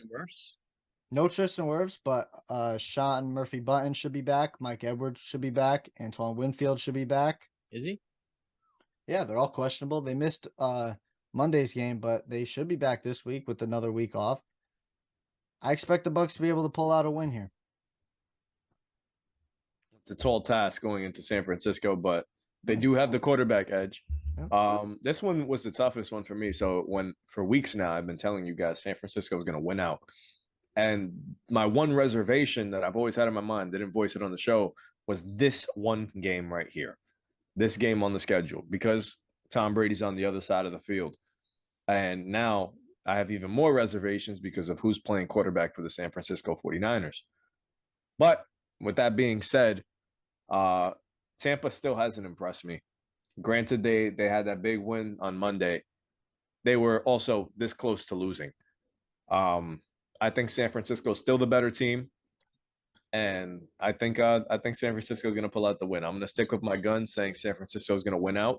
I think Brock Purdy another week, a full week of practicing with the ones will do him some good. He's him. I'm going to roll with the Niners. Justin, Beat him. Next game up, the Carolina Panthers. Sorry, Brandon. The 4-8 Panthers going to Seattle, where they're a 3.5-point underdog. The Seahawks have been absolutely ravaged by injuries in recent weeks. You lose Chris Carson coming into the season. Rashad Penny then has a leg injury. He has not played since the first month of the year. And now Kenneth Walker, fellas. He was my offensive rookie of the year a few weeks ago. And he's not playing in this game. At least we don't expect him to. He's basically doubtful. With an ankle injury, a high ankle sprain. There's no reason to play him. Dude, this Seahawk team, for one last second ago in the NFC Championship game a month ago, they have a very good draft pick coming from Denver. Believe me when I tell you that. Top 7 pick. But with that being said, this team has just dealt with too many injuries, much like the Giants. I think this is going to be a real close game, and with all that being said, I still have them winning and covering. Can't hear you, Brandon.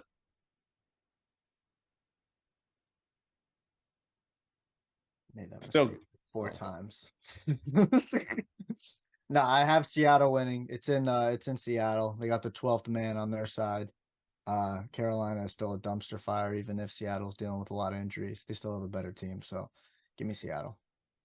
Hey, Gino's still throwing the hell out of that football. I'm going to give Seattle the edge. DK, big game. Tyler Lockett, big game. Big play, DK. Next game up, Miami traveling to Los Angeles. Sunday Night Football. The social media quarterback is taking on the real MVP and Tua Tagovailoa. Oh, man, wacko. So for this game, it's going to be an offensive affair. I think this could be the high scoring game of the week. Chargers offense, they get Keenan Allen back, and with Austin Eckler and most notably Justin Herbert, they are high powered. And for the Miami Dolphins, coming off a rough loss versus San Francisco 49ers, this is the second game on a 3-game road trip. This is a close one. And with especially at left tackle Teron Armstead, I would tilt in Los Angeles' favor, just because that Dolphins offensive line is abysmal without their 2 starting tackles. We saw that last week. And an important thing to monitor in this game is how Jalen Waddle looks, who tried playing last week. He did not look 100%. The Chargers are a 6-6 football team. The Dolphins are 8-4. And the AFC East, dude, you got the Jets around your heels. The Patriots, if you slip up, can take your spot. And most notably, the Bills feel like a team to beat.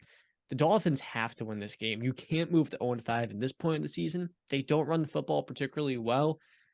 I am going to go with the Chargers, upsetting them as a 3-point underdog at home. Yeah, give me the Chargers.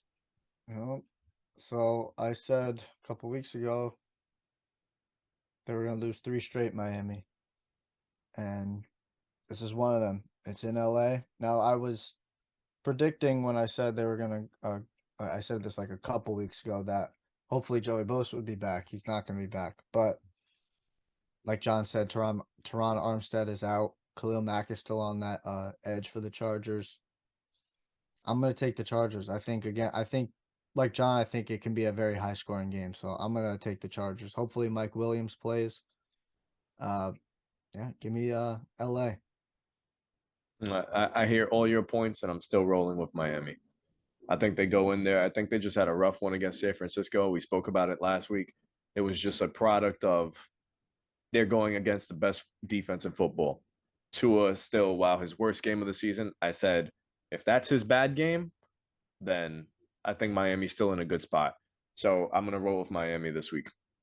Now, Tua also did benefit in that game from a 70-yard catch and run by Trent Sherfield. With that being said, he also had a 50-yard pass to Tyreek Hill. Bomb. You can't. So it doesn't with that matter. being said, Tom Brady this week should learn about Nick Bosa, who sat out in practice in the 49ers defense. Now, in this game, Brandon talked about it. Mike Williams limited with an ankle injury, and Teron Armstead has not been rolled out yet, Brandon. So don't push that too fast. This Dolphins offensive line needs him. He's too important and he's paid too much to miss this game with a pectoral strain. Next game up, last game. What a snooze fest. The Patriots going to Arizona to play Kyler Murray, a 1.5 point underdog. Sorry, 1.5 point favorite. The Patriots are on the road at ESPN. We've talked about the Cardinals a lot in recent weeks. In the NFL, we see a lot of teams trying to be innovative, and speed's been a big part of that. The Cardinals have really taken that to a full extreme. The difference between, say, the Dolphins and the Cardinals is the Dolphins are a more physical football team. The Cardinals, they try to be innovative, and this pro style, this air raid offense with Cliff Kingsbury this year has faltered. They're 4-8 after starting last season 9-0. It's very clear to me. Cliff Kingsbury's last year is here, and so is the same can be said with their general manager and Steve Keim, both of whom were extended this last offseason. And for the Patriots, I think they're going to show up these Cardinals, and this could be a potential blowout at 8:15 on Monday night. Wow. I don't know about blowout, but yeah, I'm taking the New England Patriots. While I'm not impressed with my own New England Patriots, I'm not impressed with the Arizona Cardinals either. Yeah. Yeah, I think this is a game where Bill Belichick just feasts on Kyler Murray and his preparation. So I'm going to roll with New England. I'm going to even give you a score. I say 27-17. I'm going 27-20. Two important things to monitor in this game. Kyler Murray struggles when he has to roll out to his left opposed to his right side. And with that being said, if he can just get the ball to DeAndre Hopkins, what Patriots corner is guarding him? Probably Jonathan Jones, but again, the height disadvantage is going to be a problem. What, 6 foot? Who? Jonathan Jones? No, he's 5'10". Oh. Yeah. Like me guard, like DeAndre Hopkins. Yeah. I mean, he's the best corner we got. He was guarding Diggs. He guards who is the Justin Jefferson he was guarding. He's there. He just doesn't have the height to match up with the guys.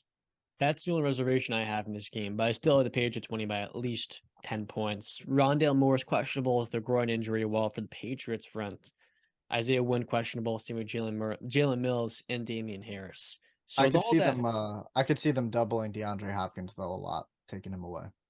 Well, that's why they got Robbie Anderson. Watch out. Yeah, watch out. Now, with all that being said, that's going to wrap up the football portion of this episode before we talk about the NBA for a little bit. Do you guys have anything else? No, I think I won in Pick'em this week, so I'm going for my second straight week. I should mention that I just got a report. Apparently, Desmond Ridder is going to be the starting quarterback. They have benched Marcus Mariota moving forward. About damn time. Can I say this? The Falcons are stuck in neutral.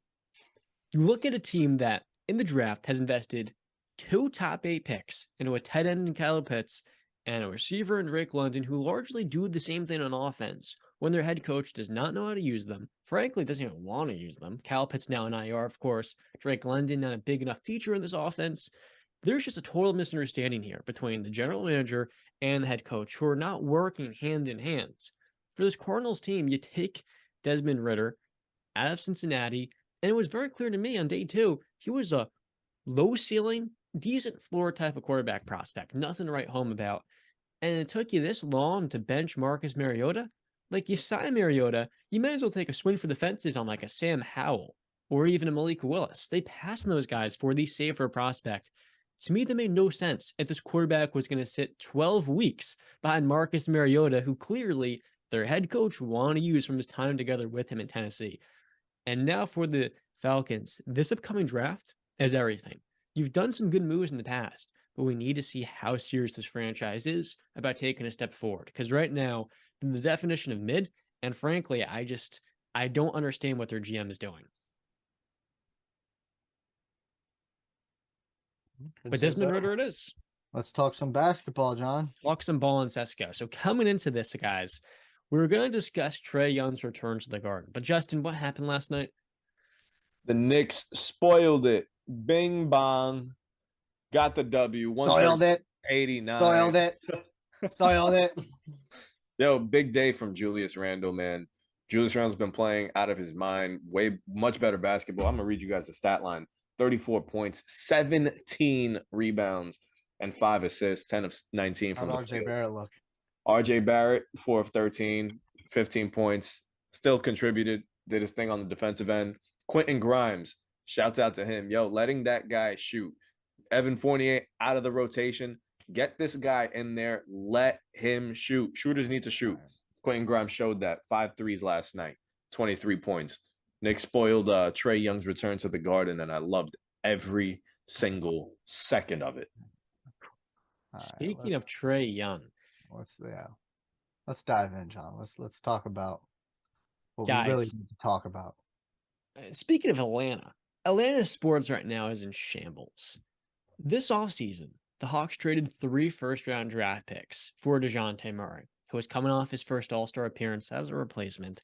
And we were saying to ourselves, you pair up one of the best defensive guards, one of the best playmakers with Trae Young, and you take the load off of Trae, who, in his first 4 years in Atlanta, made all the decisions. It was basically Trae ball. And some of his teammates didn't always like that. He maybe dribbled too much. He's arguably the worst defender in basketball in spite of his offensive greatness. And the Hawks this year, 13-12, just blown out last night on the road versus the Knicks. Somehow still the 5th seed in the Eastern Conference, which speaks to how top-heavy the conference is, number 1 right now. But number 2, the Hawks are in an identity crisis. And this is going to lead me to the first discussion, the first topic of our NBA episode. With Trae Young, they're a team that took a lot of threes. They're innovative, they're versatile on offense, and they had a ton of shooting. Kevin Huerter, who they traded to basically save salary cap, Bogdan Bogdanovic, who was coming off of an injury, has only played 3 games this year, has not looked very good. And then, of course, Danilo Gallinari, who they moved in the DeJounte Murray trade. This team takes a bunch of mid-range shots, and now Trae Young's taking mid-range shots, which makes no sense against not his game whatsoever, and their offense has dropped from a top 3 unit last year to 19th in the NBA.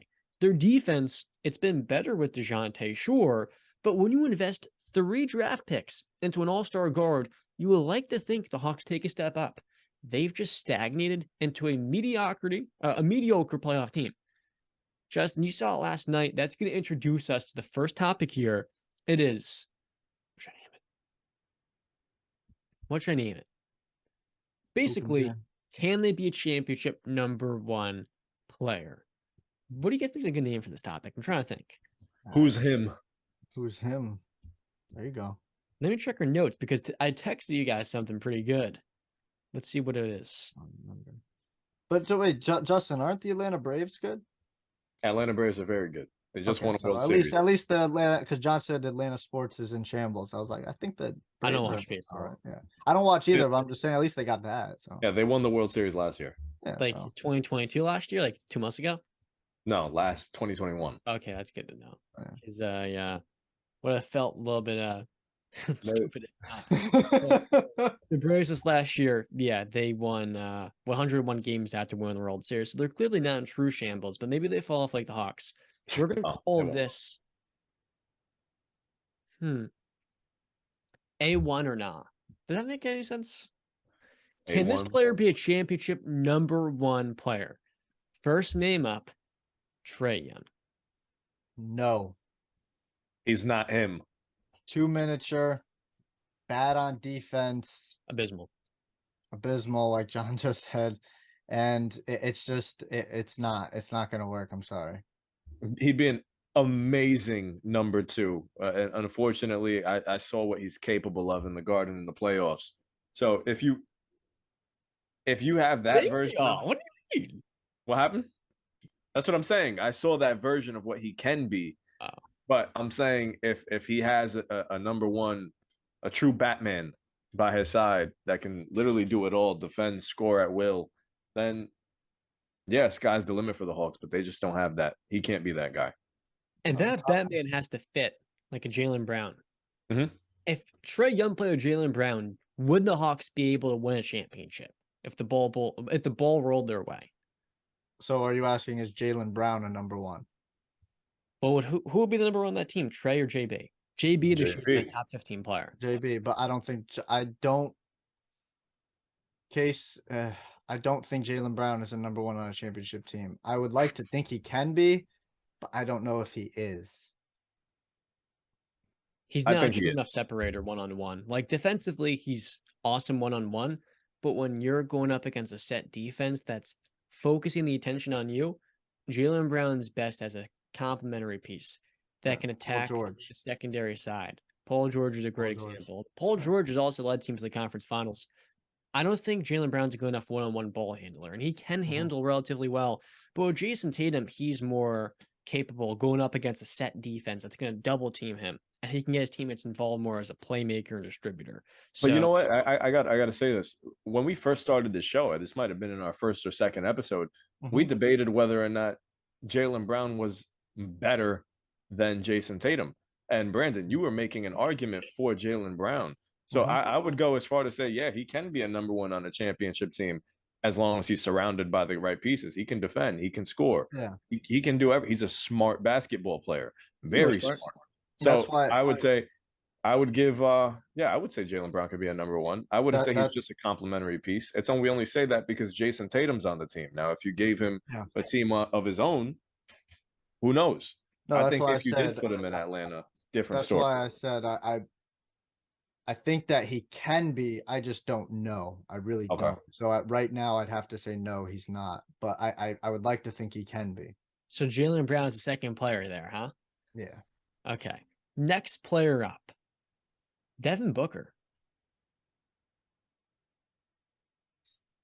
That's tough. The Suns were blown out last night by 30. They were down by 45 points at one point versus the Celtics. No, he can't. No.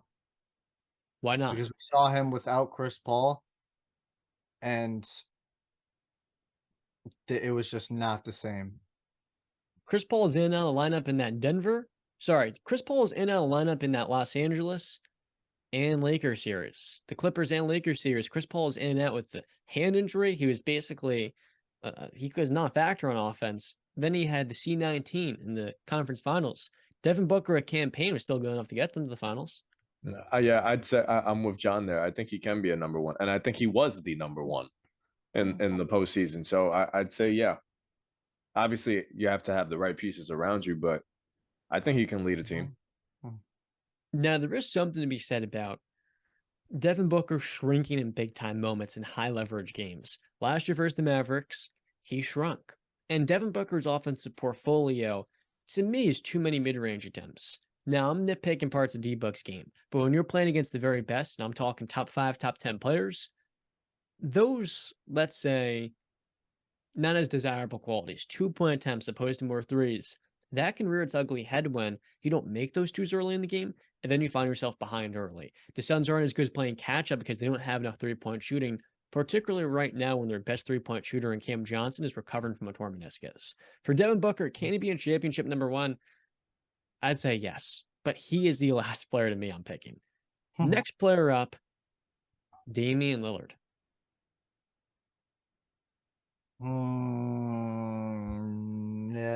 We've seen it for years. No. Yeah, no, I'm sorry. I wish I could say otherwise, but like Justin said, no. By that, Justin, do you mean 3 years ago was he championship number one, or is it after these multiple calf injuries that now you say he's too injury prone? Well, injury prone, and when has he ever gotten his team close to that? Conference finals tour after that tough, gritty second round series versus the Nuggets in 2019. Okay. And what else? That was it. Yeah, that's it. They kind of are we going to say the bed in that series too? It's like it's almost like the argument. Think about Carmelo. Is Carmelo the number one on a championship team in his prime? Nope. You'd still probably say no, and I'm going to stick with that with Damian Lillard. We just haven't seen it. It's not Denver Melo, yes. I think Denver Melo, for like when he was going toe-to-toe with Kobe Bryant in the Western Conference Finals, he was a top 5 player in the league. Yeah. But you know what? At the same time, the same argument with Melo, you can say he's probably the biggest reason they got there and the biggest reason why they haven't gotten back. That's how I think about Melo. Dame's different though, you know? Dame hasn't played with an all-star since 2015 when LaMarcus Aldridge left. And this season, Jeremy Grant, who they acquired from Detroit, has been literally an all-star caliber player, but not Devin Booker. Damian Lillard this year has missed half their games. So right as the Blazers finally build the best team for Dame that he's probably ever had in his career, with all of these wings and an awesome complimentary guard in Anthony Simons who can light you up for 45 any given night, He's missing all of this time. And for the Blazers, none of those moves matter if Dame's not healthy. It's simply just not going to mean much. I think Dame was a championship number one, like 3 years ago in 2020 when he was carrying that team and they had literally no one on defense. But now it's a different story. I don't It's think hard. so. It's hard for me to say, right? Because I think if he was in Miami right now, right, I would say Miami would be a very good favorite to win the championship. But then again, I go back and forth and I'm like, Jimmy might not be the number one option in terms of scoring, but I feel like it's his team. Like he's the guy on that team. Yeah. If you know what I'm saying. So Yeah. like if that's the case, then I don't think Damian is that. And Sucks Brandon, to say, I think he's great. Like Damian Lillard. I mean, come on, man. But Yeah, I came off strong. I don't want to make it seem like I'm hating on Damian Lillard, but I feel and like see, that's and while not that. CJ McCollum might not have made an all-star team, John, he was an all-star caliber player. He was. Come on, man. barely.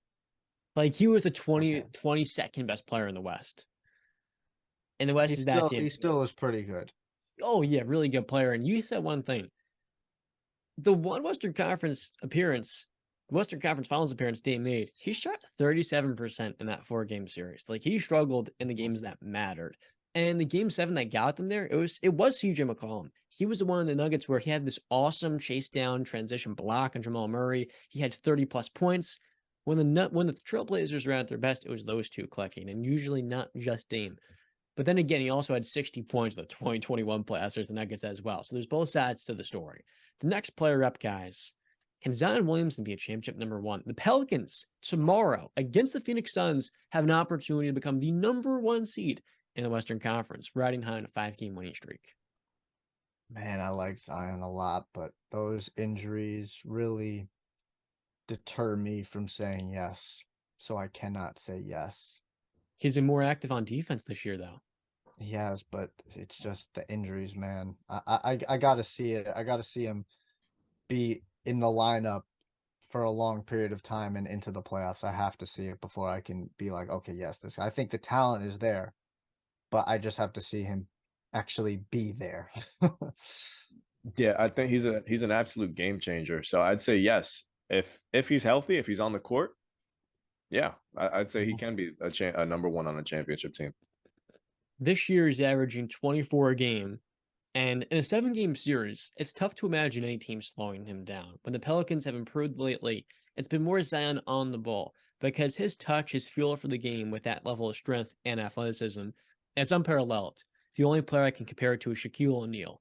And the difference with Zion is he can run the offense in a pinch. He's a really good passer that occasionally will make a rough play. He may have a turnover here and there. He's averaging 2.8 a game. With Zion, it really comes down to this. We haven't seen him in the playoff crucible.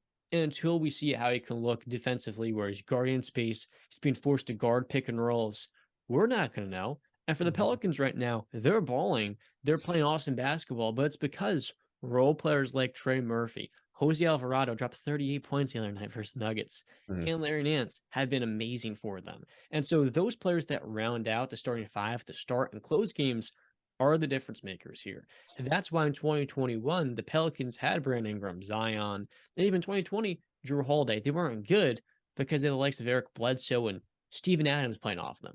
And now you have these versatile two-way guards and forwards that make a pretty big difference. And I also want to give a special shout out to, maybe it's going to seem kind of weird, Dyson Daniels, 20-year-old rookie. Maybe he's 20, right? No, he's 19. Dyson Daniels this year has only played 19 minutes a game in 16 matchups, but he's come in, and in the draft, he was compared a lot to Lonzo Ball. Defensive playmaker. He has great hands, great feel. He is probably the future starting point guard on this team. He's starting to make shots. If you guys didn't know, the Pelicans have one of the best shooting coaches in the entire world in Fred Vinson, who basically helped repair Lonzo's jump shot entirely, and Brandon Ingram, who had a wonky-looking three-ball in Los Angeles. And now Brandon Ingram's one of the league's best shooters, both at the foul line and from 3-point range, where this year he's been blazing hot. The biggest issue with the Pelicans is Jonas Valanciunas and Zion don't fit together. That's really my big issue here. I think they're going to finish this year as a top 3 seed, and surely they're going to have a great chance to go to the second round of the playoffs. But Zion's not there yet. Not a championship number 1 player at this current point. That was the last player, but I have one more for you guys. Hmm. Paul George. Mm-mm. No. No. No. Sorry. Perfect Robin. Not Batman. Before the leg injury, PG-13 was a championship #1 style player. I felt Indiana, they had a lot of bad luck, questionable management decisions after his leg injury, and most of all, he since then, while he's gotten better as a shooter and a playmaker, it's tough. Maybe it was just Frank Vogel in that defense in 2014 and 2013 where they're pushing that Heat team and Paul George's age 22 and 23 seasons. I kind of wonder, what was the peak version of Paul George? I ask myself that kind of often. In Los Angeles, he's been great, but he hasn't been healthy. Last year for him was a down season where he only played in 31 games. And this year we've seen, look, he's been good when he's on the floor, but he's missed over, 7, 8 games already this season. Probably going to play no more than 55 or 60.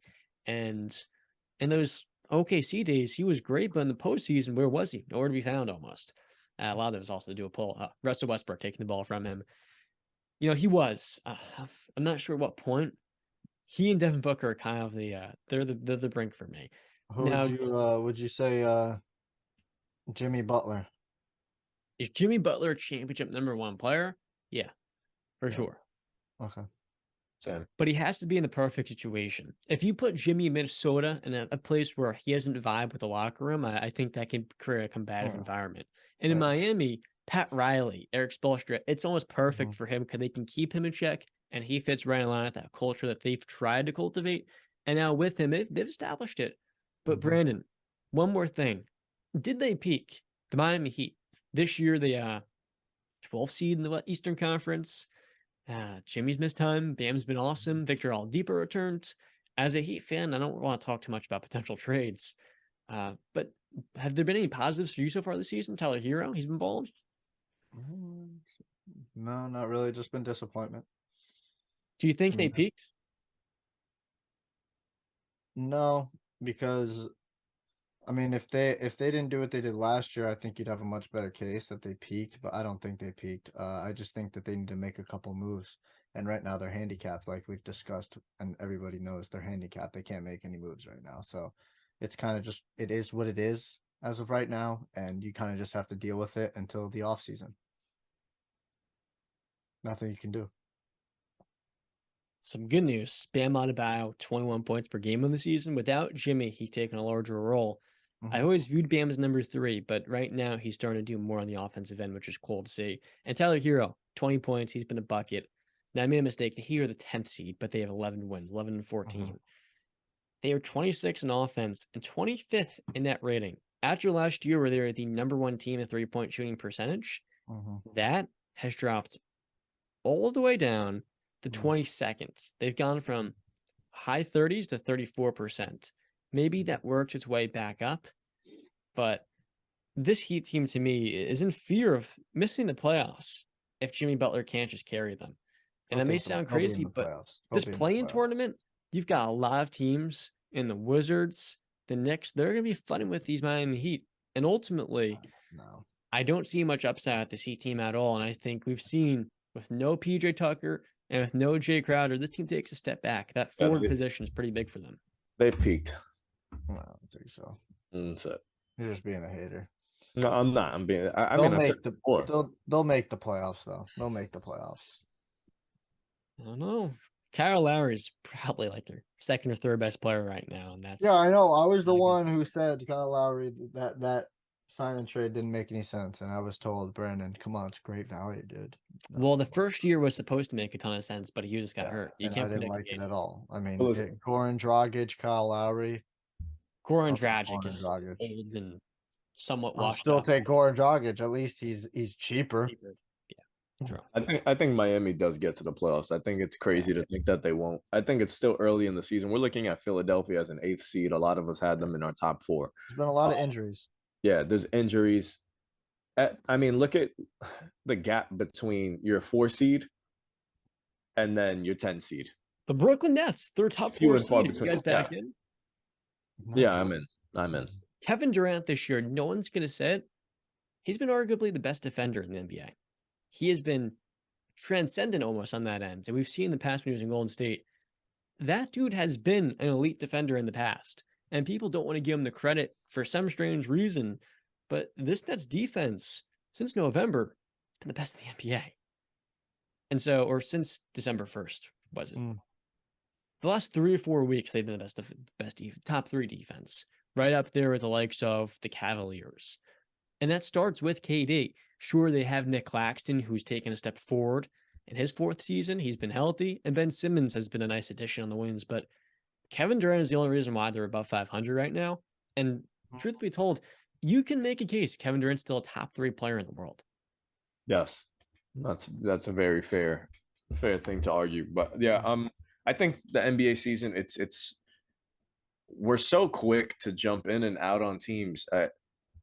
We're only in December. That's what I'm saying. It's early December, and we really don't start getting into the thick of things until like February, when we really start to see what teams are about, who they are through injury. Yeah, right after the All-Star break, we're gonna see what teams are with their injuries. At the end of the day, who's going to get into the postseason really all matters on health. If Miami's not healthy, that's an easy way for them to slip out. The Knicks are playing decent basketball right now. They might slide in, but it's all about, we'll see where they are in February, because that's when we really see the true test of what these teams really are. 100%. For sure. With all that being said, one more thing, John, before we end. We've got the final UFC pay-per-view of the year. Okay, UFC 282. We got the return of a couple of fighters that I'm a huge fan of. We got Darren Till, Scouser from Liverpool, coming back after, I believe, a year-plus hiatus.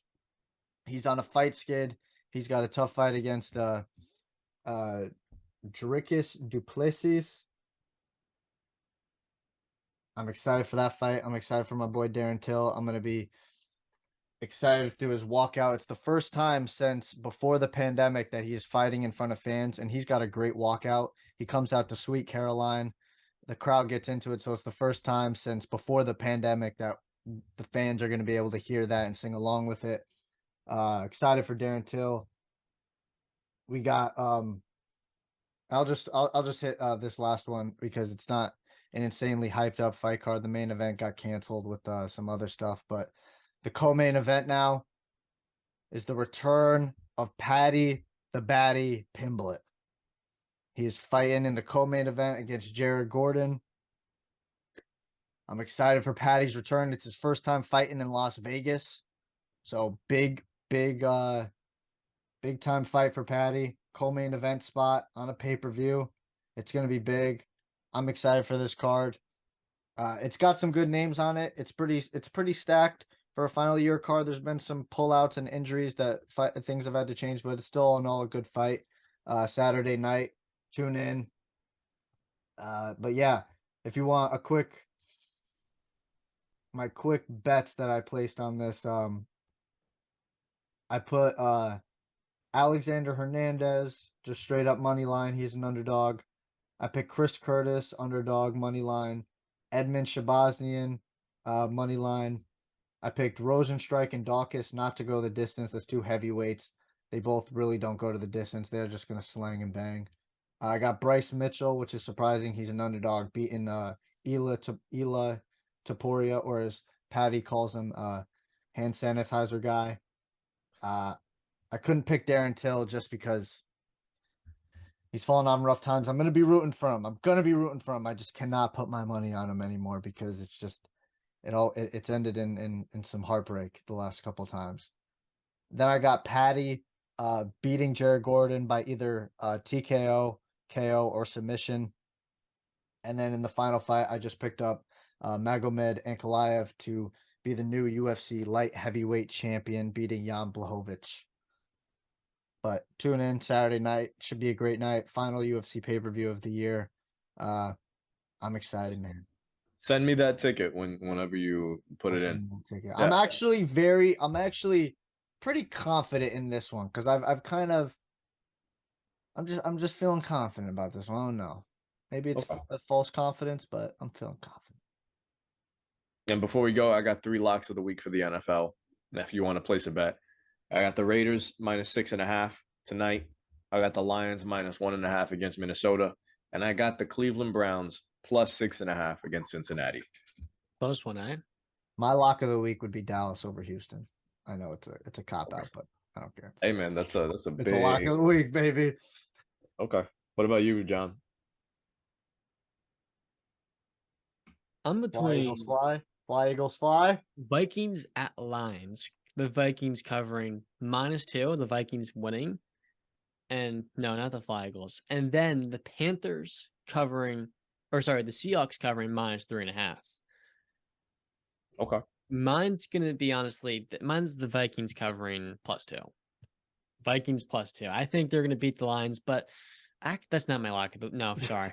The Lions are playing too good at football right now. That game is a total toss-up. I'm not putting my money on Kirk Cousins like that. Patriots over Cardinals, John. Lock it.